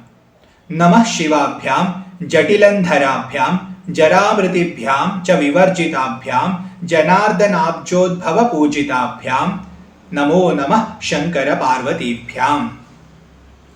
നമഃ ശിവാഭ്യാം, ശിവനും ശിവയ്ക്കുമായിക്കൊണ്ട് നമസ്കാരം. മംഗളസ്വരൂപികളായിട്ടുള്ള ശിവപാർവതിമാർക്ക് നമസ്കാരം. ജടിലന്ധരാഭ്യാം, ജടില ശബ്ദത്തിന് ജട എന്നാണ് അർത്ഥം. ജടയെ ധരിച്ചവരാണ് രണ്ടുപേരും. തപസ്വികളാണെന്ന് പറഞ്ഞു, തപോമൂർത്തികളാണെന്ന് പറഞ്ഞു. അപ്പൊ തപോമൂർത്തി ഭാവത്തെ സൂചിപ്പിക്കാൻ ജട ധരിച്ചിട്ടുണ്ട്. ശിവനോട് ചേർന്നിരിക്കുന്നത് കൊണ്ട് ശിവൻ ധരിച്ചിട്ടുള്ള ജട ദേവിയിലും ആരോപിച്ചു എന്ന് വേണമെങ്കിലും എടുക്കാം. കാരണം എല്ലാ ഭാവത്തിലും ദേവിക്ക് ജട പറയാറില്ല. എന്നാൽ തപോമൂർത്തി ഭാവത്തിലാണ്, ശിവനോട് ചേർന്നിരിക്കുകയാണ്, രണ്ടും ഒന്നാണെന്നുള്ള ഭാവത്തിൽ രണ്ടും തപോമൂർത്തികളായതുകൊണ്ടും ജടയെ ധരിച്ചിരിക്കും. കാരണം ജട തപസ്സിന്റെ പ്രതീകമാണ്. ധ്യാനത്തിലൊക്കെ ജട വിശേഷമായി എടുത്തു പറയുന്നത് തപസ്സിന്റെ പ്രതീകമാണ്. അപ്പൊ സ്വസ്വരൂപാനുസന്ധാനത്തിൽ മുഴുകിയിരിക്കുന്നവരായതുകൊണ്ട് തപോമൂർത്തികളാണ്. അതുകൊണ്ട് ജടയെ അവർ ധരിച്ചിരിക്കുന്നു. നേരത്തെ അംബുജത്തിന്റെ കാര്യം പറഞ്ഞപ്പോൾ എല്ലാത്തിനും ഉപരിയാണ്, ഒട്ടലില്ലാത്തവരാണെന്ന് പറഞ്ഞു. ദേഹത്തെക്കുറിച്ച് ഒരു ബോധവും അവർക്കില്ല. അവരിൽ തന്നെ രമിക്കുന്നു. അതുകൊണ്ടും അവർക്ക് ജടയുണ്ടെന്ന് സൂചിപ്പിച്ചു. കാരണം മുടിയെ ഒന്നും അവര് കാര്യമായി നോക്കിയിട്ടില്ല. അതുകൊണ്ട് ജടയുണ്ടെന്ന് സൂചിപ്പിച്ചു. അപ്പൊ തപസ്സിൽ അത്രയും മുഴുകിയിരിക്കുന്ന ഭാവമാണെന്ന് കാണിക്കാൻ ജടിലന്ധരാഭ്യ എന്ന് പറഞ്ഞിരിക്കുന്നു. പ്രധാനമായും തപസ്സിനെയാണ് ജട കൊണ്ട് സൂചിപ്പിക്കുന്നത്. ജരാമൃതിഭ്യാം ച വിവർജിതാഭ്യാം, ജരയും മൃതിയും ഇല്ലാത്തവരാണ് ഇവർ. ഇത് രണ്ടും ഒരുമിച്ചിട്ടാണ് വായിക്കേണ്ടത്. ജരാമൃതിഭ്യാം ച വിവർജിതാഭ്യാം എന്നാണ്. ജരയും മൃതിയും വർജിതരായിരിക്കുന്നവർ. ജരയും മൃതിയും ആർക്കില്ലയോ അവരാണിവർ. ജര എന്ന് പറഞ്ഞാൽ വാർദ്ധക്യമാണ്, ത്വക്ക് ചുലിയലാണ്, നാശത്തിന്റെ സൂചനയാണ്. മൃതി എന്നാൽ മരണമാണ്. വാർദ്ധക്യമോ മരണമോ ഇവർക്കില്ല. നവയൗവനാഭ്യാം എന്ന് തുടക്കത്തിൽ തന്നെ പറഞ്ഞു. നവയൗവനമാണ് സദാ, എപ്പോഴും 16 വയസ്സാണ് അവരുടെ ഭാവം. അതുകൊണ്ട് അവർക്ക് ജരയുമില്ല, മൃതിയുമില്ല, നിത്യവസ്തുവാണ്. നമ്മൾ ഉണ്ടായതായ ഒരു രൂപത്തെ കാണും. രൂപം എപ്പോഴും ഉണ്ടാവുന്നതാണ്, നാമവും രൂപവും ഒക്കെ ഉണ്ടാവുന്നതാണ്. അപ്പോൾ ഉണ്ടായതിനെല്ലാം നാശമുണ്ട്. അപ്പൊ ആ രീതിയിൽ നമ്മൾ ഭഗവാൻ ഒരു നാമവും രൂപവും കൽപ്പിച്ച് ധ്യാനിക്കുമ്പോൾ, ശിവപാർവതിമാരെ ഇങ്ങനെ കാണുമ്പോൾ ഇവർക്കും രൂപവും നാമവും ഒക്കെ ഉണ്ടല്ലോ, അപ്പൊ ഇവരും ഉണ്ടായിട്ടുണ്ടാവും, ഇവരും ഇല്ലാതെയാകുമെന്ന് നമ്മൾ തെറ്റിദ്ധരിച്ചെന്ന് വരാം. ആ തെറ്റിദ്ധാരണ ഒഴിവാക്കാനായിട്ടാണ് ആചാര്യസ്വാമികൾ ഇവിടെ എടുത്തു പറയുന്നത് അവർക്ക് ജരയുമില്ല, മൃതിയുമില്ല. കാരണം അവരുണ്ടായിട്ടേ ഇല്ല. അവരിൽ നിന്നും ബാക്കിയെല്ലാം ഉണ്ടായി. അവർ നിത്യവസ്തുവാണ്. അവർക്കൊരു ഉദ്ഭവമേ ഇല്ല. ലോകത്തിന് മുഴുവൻ മാതാപിതാക്കളായിരിക്കുന്ന ഇവർക്ക് മാതാപിതാക്കളില്ല. ഇവര് ലോകത്തിന് മുഴുവൻ നാഥരാണ്, എങ്കിലും അനാഥരാണ്. കാരണം അവർക്ക് നാഥരായിട്ട് ആരുമില്ല. അവർ മാത്രമാണ് ഏകനാഥരായി ഇരിക്കുന്നത്. അതുകൊണ്ട് ജരാമൃതിഭ്യാം ച വിവർജിതാഭ്യാം ജനാർദ്ദനാബ്ജോദ്ഭവ പൂജിതാഭ്യാം. ജനങ്ങളുടെ അർദ്ദനം, അതായത് വഴി, ഗതി. ജനങ്ങൾക്ക് ഗതിയായിരിക്കുന്നവൻ ജനാർദ്ദനൻ, മഹാവിഷ്ണു. മഹാവിഷ്ണുവിൻ്റെ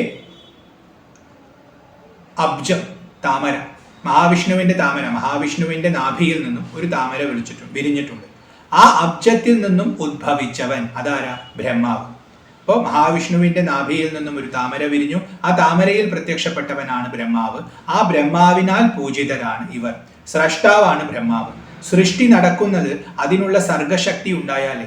ആ സർഗശക്തി ശിവശക്തി തന്നെയാണ്. അതുകൊണ്ട് ജനാർദ്ദനാബ്ജോദ്ഭവ പൂജിതാഭ്യാം. ഈ ലോകത്തിൽ എന്തെല്ലാം രചനകൾ നടക്കുന്നുണ്ടോ, ബ്രഹ്മാവിന്റെ രചനയാണ് വിശ്വം മുഴുവൻ എന്ന് പറഞ്ഞാൽ ഇവിടെ എന്തെല്ലാം ഉണ്ടാകുന്നുണ്ടോ, അതിപ്പോൾ മനുഷ്യ നിർമ്മിതമാണെങ്കിൽ പോലും ബ്രഹ്മവിരചിതമാണ്. കാരണം മനുഷ്യരിലൂടെ ബ്രഹ്മാവ് നടത്തുകയാണ്. ബ്രഹ്മാവിന്റെ ഇച്ഛയാണ് ഇവിടെ സംഭവിക്കുന്നത്. ഇപ്പൊ നമ്മൾ ആർട്ടിഫിഷ്യൽ, നാച്ചുറൽ എന്നൊക്കെ വേർതിരിച്ച് പറയുമെങ്കിലും വാസ്തവത്തിൽ ഇവിടെ ഉള്ളതെല്ലാം നാച്ചുറൽ ആണ്. പ്രകൃതി തന്നെയാണ് എല്ലാം നിർമ്മിക്കുന്നത്. മനുഷ്യൻ നിർമ്മിച്ചത് എന്ന് പറഞ്ഞ് അഹങ്കരിക്കുമ്പോഴും മനുഷ്യനിലൂടെ പ്രവർത്തിക്കുന്നതും പ്രകൃതിയാണ്. പ്രകൃതിയുടെ തത്വത്തെ അനാദരിച്ചുകൊണ്ട്, അതിനെ മാറ്റി നിർത്തിക്കൊണ്ട് ഒന്നും ഇവിടെ നമുക്ക് സാധിക്കില്ല. പ്രകൃതിയുടെ തത്വങ്ങൾക്ക് അധീനമായിക്കൊണ്ട് മാത്രമേ മനുഷ്യന് പ്രവർത്തിക്കാൻ സാധിക്കൂ. അതുകൊണ്ട് ആത്യന്തികമായി പ്രകൃതിയെ ജയിക്കാൻ മനുഷ്യന് സാധിക്കില്ല. അപ്പൊ അതുകൊണ്ട് ഇവിടെ നടക്കുന്ന എല്ലാ രചനകളും അവരുടെ കൃപ കൊണ്ട് തന്നെയാണ് നടക്കുന്നത്. അപ്പൊ പ്രവൃത്തി ചെയ്യുന്ന എല്ലാവരാലും പൂജിക്കപ്പെടേണ്ടവരാണ്, പൂജിക്കപ്പെടുന്നവരാണ്. സർഗശേഷി പ്രദാനം ചെയ്യുന്നത് അവരാണ്. അപ്പൊ അവരുടെ എല്ലാം ആ സർഗശേഷിയുടെ തന്നെ പ്രതിനിധിയായിട്ട് ബ്രഹ്മാവിനെ ഇവിടെ കാണിച്ചിരിക്കുന്നു. അതുകൊണ്ട് ജനാർദ്ദനാബ്ജോദ്ഭവ പൂജിതാഭ്യാം നമോ നമഃ ശങ്കര പാർവതീഭ്യാം. ലോകമംഗളകാരകനായ മഹാദേവനും തപോമൂർത്തിയായ ലോകജനനിയായ പാർവതീദേവിക്കും വീണ്ടും വീണ്ടും നമസ്കാരത്തെ അർപ്പിക്കുന്നു. ഇതായിരുന്നു 10ാമത്തെ ശ്ലോകം. നമഃ ശിവാഭ്യാം ജടിലന്ധരാഭ്യാം ജരാമൃതിഭ്യാം ച വിവർജിതാഭ്യാം ജനാർദ്ദനാബ്ജോദ്ഭവ പൂജിതാഭ്യാം നമോ നമഃ ശങ്കര പാർവതീഭ്യാം. അടുത്തത് 11ാമത്തെ ശ്ലോകമാണ്. നമഃ ശിവാഭ്യാം വിഷമേക്ഷണാഭ്യാം ബിൽവച്ഛദാമല്ലിക ദാമഭൃദ്ഭ്യാം ശോഭാവതി ശാന്തവതീശ്വരാഭ്യാം നമോ നമഃ ശങ്കര പാർവതീഭ്യാം. നമഃ ശിവാഭ്യാം. ശിവനും ശിവയ്ക്കുമായിക്കൊണ്ട് നമസ്കാരം. മംഗളരൂപിണികളാണ്, മംഗളസ്വരൂപികളാണ് രണ്ടുപേരും, അവർക്ക് നമസ്കാരം. വിഷമേക്ഷണാഭ്യാം. ഈക്ഷണ എന്ന് പറഞ്ഞാൽ ദർശനം, നോട്ടം എന്നാണ് അർത്ഥം, കാഴ്ച. വിഷമ ശബ്ദത്തിന് ഏകം എന്നർത്ഥമുണ്ട്. അപ്പോൾ ഏകമായ ദർശനം, ഏകമായ കാഴ്ച എന്ന് വിഷമേക്ഷണാഭ്യാം എന്ന പദം കൊണ്ട് സൂചിപ്പിക്കാം. ഏകമായ ദർശനം എന്ന് പറയുമ്പോൾ രണ്ടിനെയും ഒന്നായി കാണുന്നവൻ. നമ്മളിവിടെ പലതുണ്ടെന്ന് അറിയുന്നു. ആ പലതിനെയും നമ്മൾ തരണം ചെയ്തുകൊണ്ട് അതിൻ്റെ സത്തയെ നോക്കി നോക്കി നോക്കി നോക്കി നോക്കി നമ്മൾ അവസാനം ഒന്നിൽ ചെന്നെത്തും. ആ ഒന്നായി നമ്മൾ ദർശിക്കുന്നത് എന്തോ അതിവരാണ്. അതുകൊണ്ട് വിഷമേക്ഷണാഭ്യാം എന്ന് വിളിച്ചിരിക്കുന്നു. ആ ഒന്നായ ദർശനം നൽകുന്നതും ഇവരാണ്. അതുകൊണ്ടും വിഷമേക്ഷണാഭ്യാം എന്ന് പറഞ്ഞിരിക്കുന്നു. ഇനി വിഷമ ശബ്ദത്തിന് അതിക്രമിക്കാൻ പറ്റാത്തത് എന്നർത്ഥം വരും. അപ്പൊ അതിക്രമിക്കാൻ പറ്റാത്ത ദർശനത്തോടൊത്തവർ, അവർക്കുപരി ഒന്നുമില്ല. നമ്മുടെ മനസ്സിന് പരമാവധി ചെന്നെത്താൻ പറ്റുന്നത് അവരുടെ നാമരൂപത്തിലാണ്. അതിനപ്പുറം ഒന്നുമില്ല. കാരണം എല്ലാത്തിനും ആധാരമായിരിക്കുന്നത് അവരാണ്. അപ്പൊ അതുകൊണ്ട് അവരുടെ ദർശനത്തെ അതിക്രമിക്കാൻ പറ്റില്ല. അവർക്കുപരിയായി ഒന്നും തന്നെയില്ല.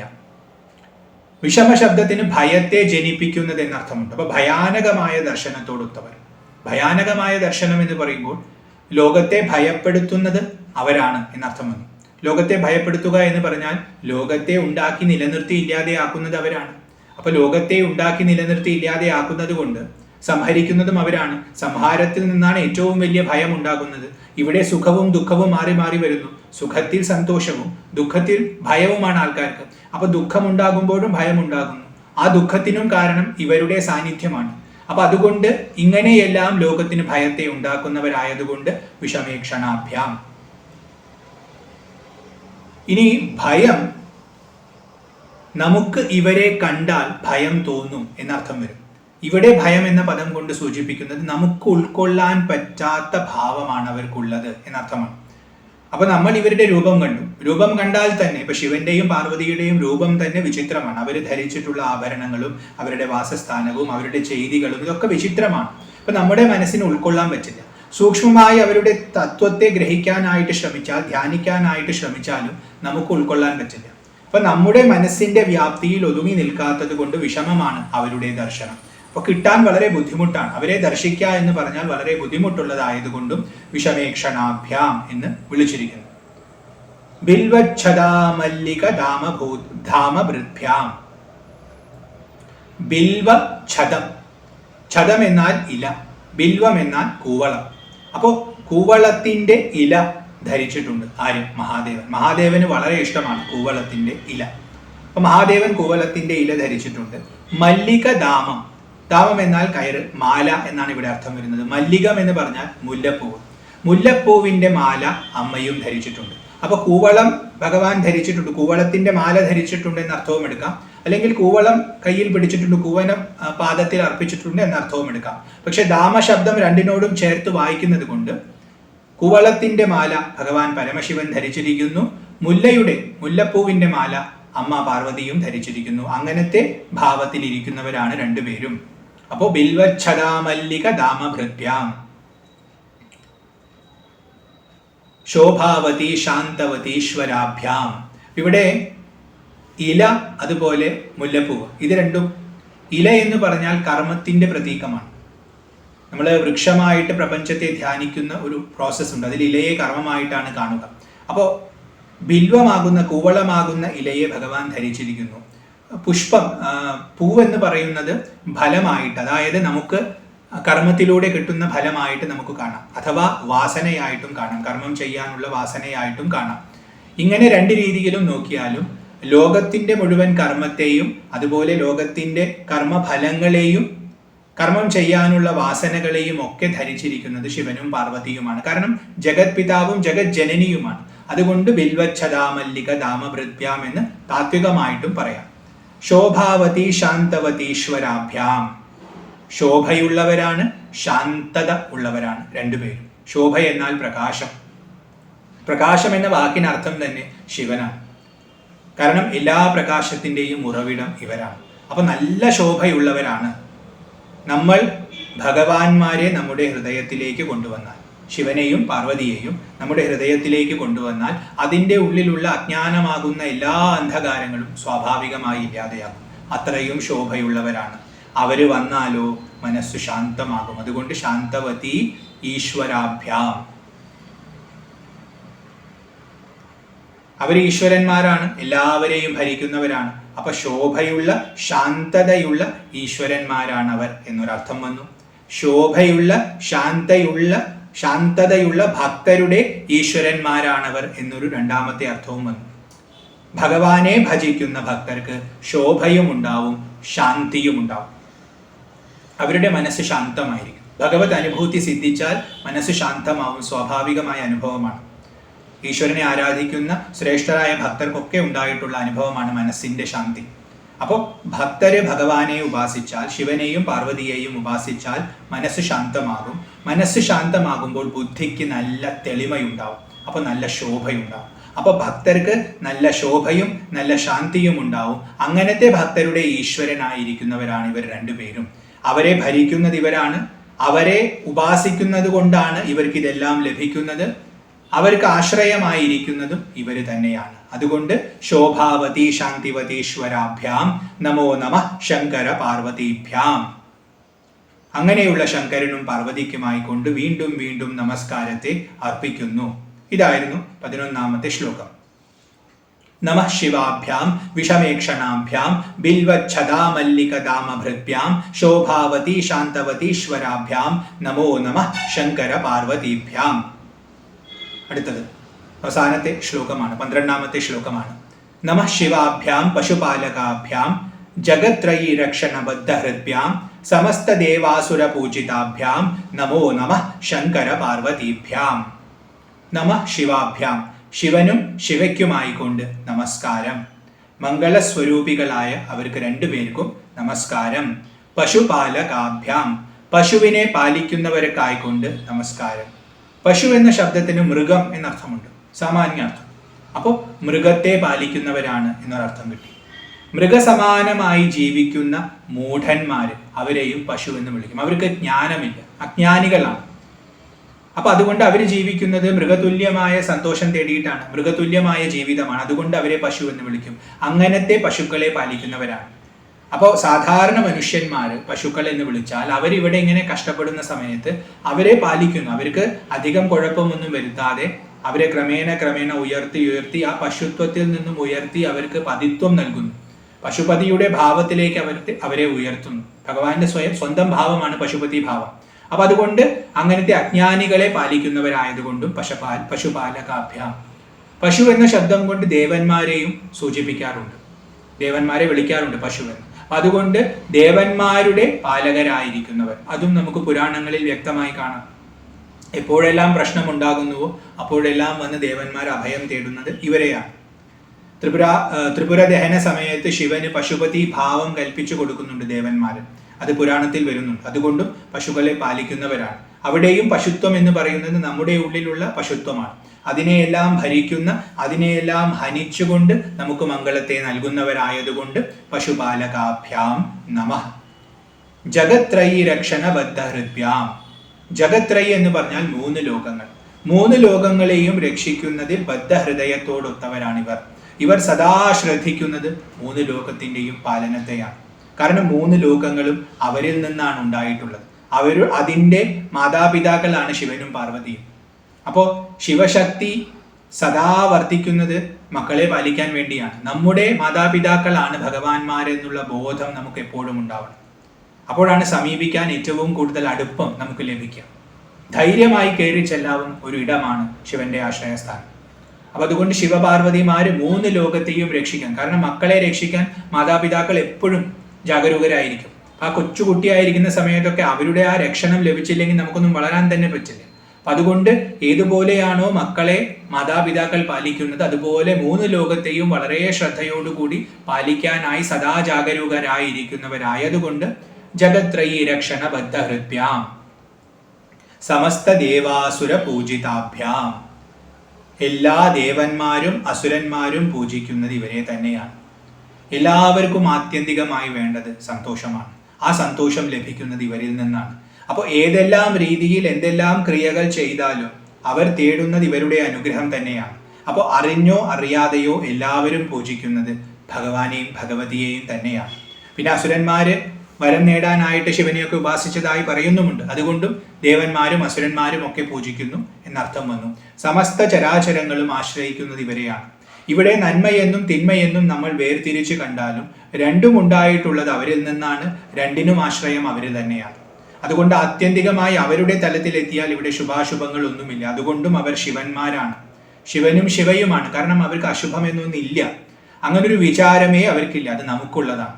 അപ്പൊ അതുകൊണ്ട് സമസ്ത ദേവാസുര പൂജിതാഭ്യാം, ദേവന്മാരും അസുരന്മാരും ഒരുപോലെ പൂജിക്കുന്നു. നമ്മുടെ ഉള്ളിലുള്ള ദൈവികതയും ആസുരികതയും ഇവർക്ക് സമർപ്പിക്കണം. നമ്മൾ നല്ലവരാണോ ചീത്തവരാണോ എന്നൊന്നും നമുക്ക് വിലയിരുത്താൻ പറ്റില്ല. കാരണം നമ്മുടെ ഉള്ളിൽ നന്മയും ഉണ്ടാവും തിന്മയും ഉണ്ടാവും. നമ്മൾ എങ്ങനെയുള്ളവരാണോ അങ്ങനെയുള്ളവരായിക്കൊണ്ട് തന്നെ ഭഗവാനെ പൂജിക്കണം, ഭഗവാനെ അർച്ചിക്കണം. അങ്ങനെ നമുക്ക് ശിവപാർവതി അനുഗ്രഹം ലഭിച്ചാൽ നമ്മുടെ ഉള്ളിൽ നിന്നും നന്മയെ വളർത്തുകയും തിന്മയെ ഇല്ലാതെയാക്കുകയും അവർ ചെയ്യും. അതുകൊണ്ട് എല്ലാ ക്ഷേമവും നമുക്കുണ്ടാവും. അപ്പോൾ നല്ലവരായവർ മാത്രമേ ആശ്രയിക്കാൻ പാടൂ എന്ന തെറ്റിദ്ധാരണ കൊണ്ട് അകന്നു നിൽക്കേണ്ട ആവശ്യമില്ല. ലോകത്തിന് മുഴുവൻ ജനയിതാക്കളാണിവർ, ജനിപ്പിച്ചവരാണിവർ. അതുകൊണ്ട് ഇവരുടെ അടുത്തേക്ക് ധൈര്യമായി നമുക്ക് ചെല്ലാം. നമ്മുടെ ഉള്ളിൽ ദൈവികതയുമുണ്ട് ആസുരികതയും ഉണ്ടെന്ന് മനസ്സിലാക്കി അത് തുറന്നു വെച്ചുകൊണ്ട് തന്നെ അവരെ ഉപാസിക്കാം. ഇതാ രണ്ടും ഗുണവും ദോഷവും എന്നിലുണ്ട്, ഇത് രണ്ടും നിങ്ങൾ സ്വീകരിച്ചാലു എന്ന് പറഞ്ഞ് രണ്ടും അവർക്ക് സമർപ്പിച്ചുകൊണ്ട് അവരെ പൂജിക്കുക. അതുകൊണ്ട് സമസ്ത ദേവാസുര പൂജിതാഭ്യാം.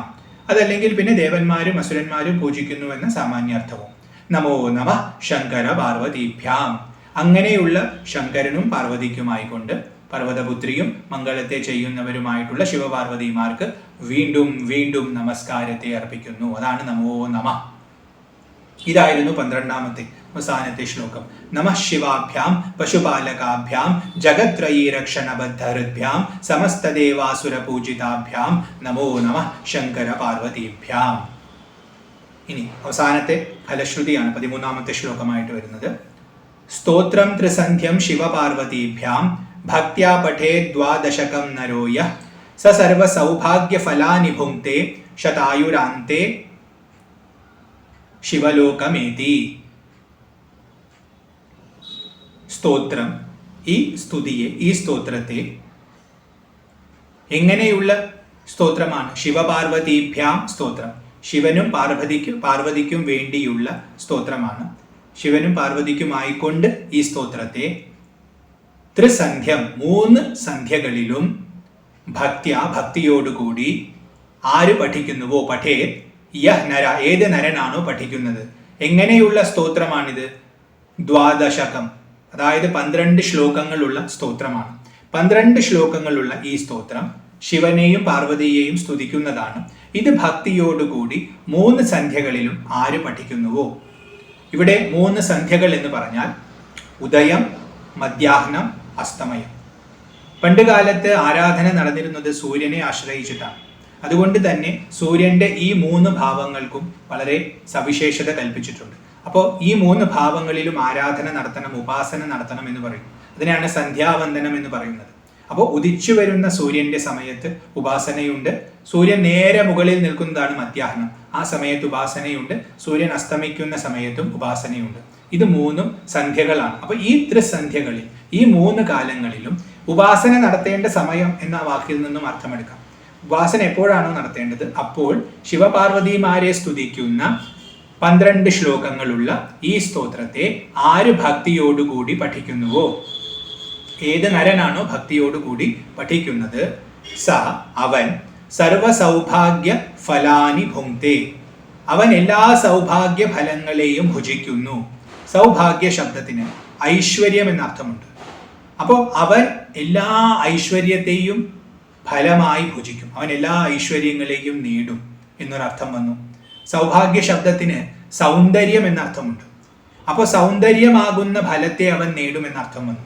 സൗന്ദര്യമാകുന്ന ഫലം എന്ന് പറയുമ്പോൾ അവന്റെ മനസ്സിനെ ഏറ്റവും ആകർഷിക്കുന്നത് എന്താണോ അതാണ് അവന് സുന്ദരമായി തോന്നുന്നത്. അപ്പൊ അവൻ ആഗ്രഹിക്കുന്ന എല്ലാം, അവൻ എന്തിനാണോ ആഗ്രഹിക്കുന്നത് അതെല്ലാം അവന് ലഭിക്കും. അതെല്ലാം ഭുജിക്കാൻ, ഫലമായി ഭുജിക്കാൻ അവന് സാധിക്കും. അപ്പൊ അവന് അതിന് തക്കതായ കർമ്മങ്ങൾ ചെയ്യാനുള്ള പ്രാപ്തിയും അവർ നൽകും. അങ്ങനെ ആ കർമ്മം ചെയ്യിപ്പിച്ചുകൊണ്ട് അവനെ ഉയർത്തി ആ ഫലങ്ങളെ നേടിയെടുക്കാനും അവർ സഹായിക്കും. അതുപോലെ അവന് സൗന്ദര്യത്തെയും പ്രദാനം ചെയ്യും എന്ന അർത്ഥം വന്നു.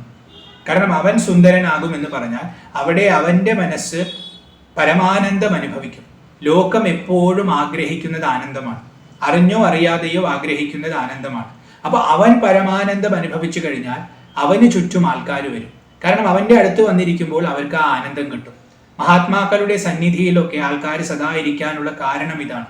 പലപ്പോഴും പല മഹാത്മാക്കളും ഉപദേശം പോലും കൊടുക്കില്ല, വെറുതെ ഇരിക്കുകയായിരിക്കും. അപ്പൊ അവിടെ വന്നിങ്ങനെ ഇരിക്കും. ഇപ്പൊ രമണ മഹർഷിയുടെ ഒക്കെ കഥ പറയുമ്പോൾ പറയാറുണ്ട്, ഒന്നും മിണ്ടാതെ ഇങ്ങനെ ഇരിക്കും. അപ്പൊ അടുത്ത് വന്നിരിക്കുമ്പോൾ മനസ്സ് ശാന്തമാവും, ആനന്ദം അനുഭവിക്കും. അപ്പൊ അവർക്കൊക്കെ ഈ വ്യക്തി സുന്ദരനായി അനുഭവപ്പെടും. അതുകൊണ്ട് സർവസൗഭാഗ്യ ഫലാനി എന്ന് പറഞ്ഞാൽ എന്ത് നേടിയാലാണോ സൗന്ദര്യം ലഭിക്കുക ആ ഫലത്തെ നൽകിക്കൊണ്ട് അവന് സൗന്ദര്യത്തെ പ്രദാനം ചെയ്യും. അപ്പോൾ എന്ത് നേടിയാലാ സൗന്ദര്യം ലഭിക്കുക? പരമാനന്ദം നേടിയാലാ. അപ്പോൾ എല്ലാ കർമ്മങ്ങൾക്കും അവസാനമുള്ള ആ പരമാനന്ദത്തെ ഈ സ്തോത്രം പഠിക്കുന്നവൻ ഈ സ്തോത്രം നേടിക്കൊടുക്കും. കാരണം ഈ സ്തോത്രം പഠിച്ചാൽ, ഭക്തിയോടെ പഠിച്ചാൽ ശിവന്റെയും പാർവതിയുടെയും അനുഗ്രഹം ലഭിക്കും.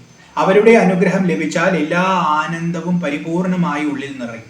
ആ നിറവുണ്ടാകുന്ന സമയത്ത് മറ്റുള്ളവർക്ക് നമ്മൾ സുന്ദരന്മാരായും സുന്ദരികളായും ഭവിക്കും. അതായത് നമ്മുടെ ആനന്ദം നുകരാനായി അവരും നമ്മുടെ അടുത്തേക്ക് വരും. മറ്റുള്ളവർക്ക് ആനന്ദത്തെ പ്രദാനം ചെയ്യത്തക്ക വിധം ഉയർച്ച ഭക്തന് സിദ്ധിക്കും.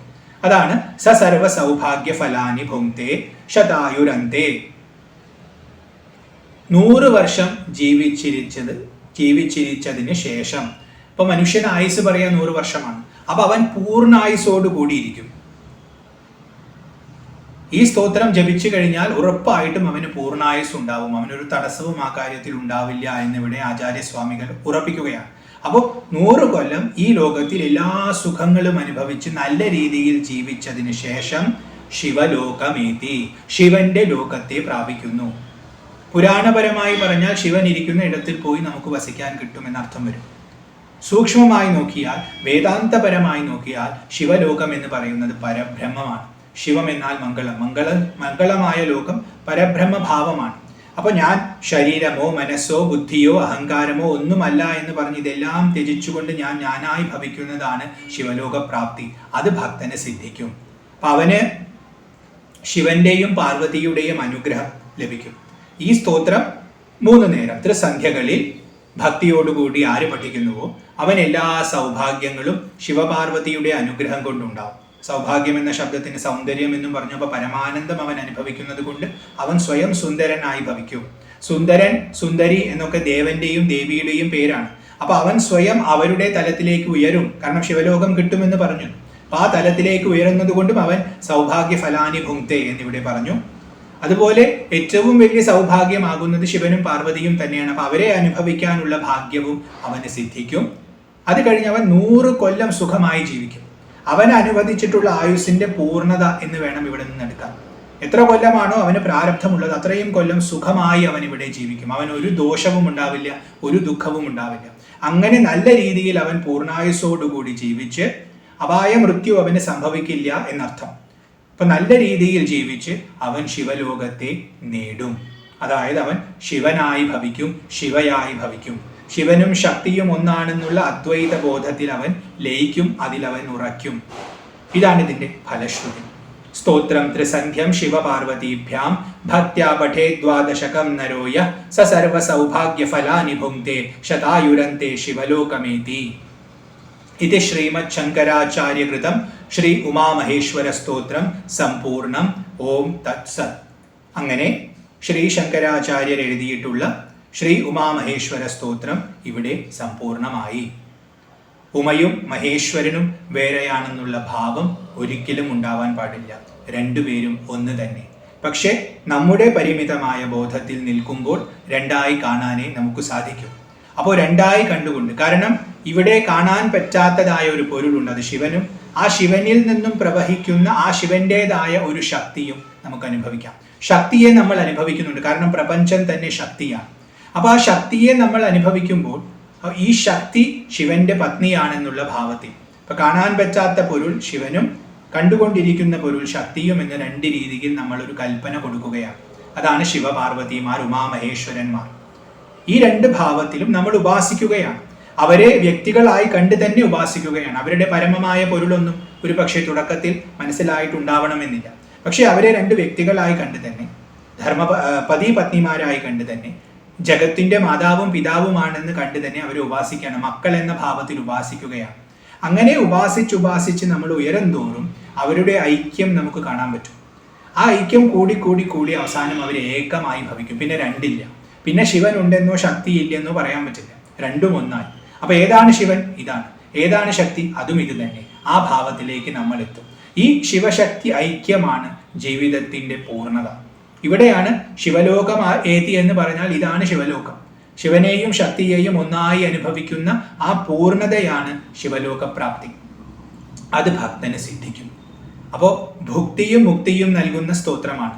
അച്ഛൻ്റെയും അമ്മയുടെയും അനുഗ്രഹമുണ്ടെങ്കിൽ സദാ രക്ഷണം ഉണ്ടാവും.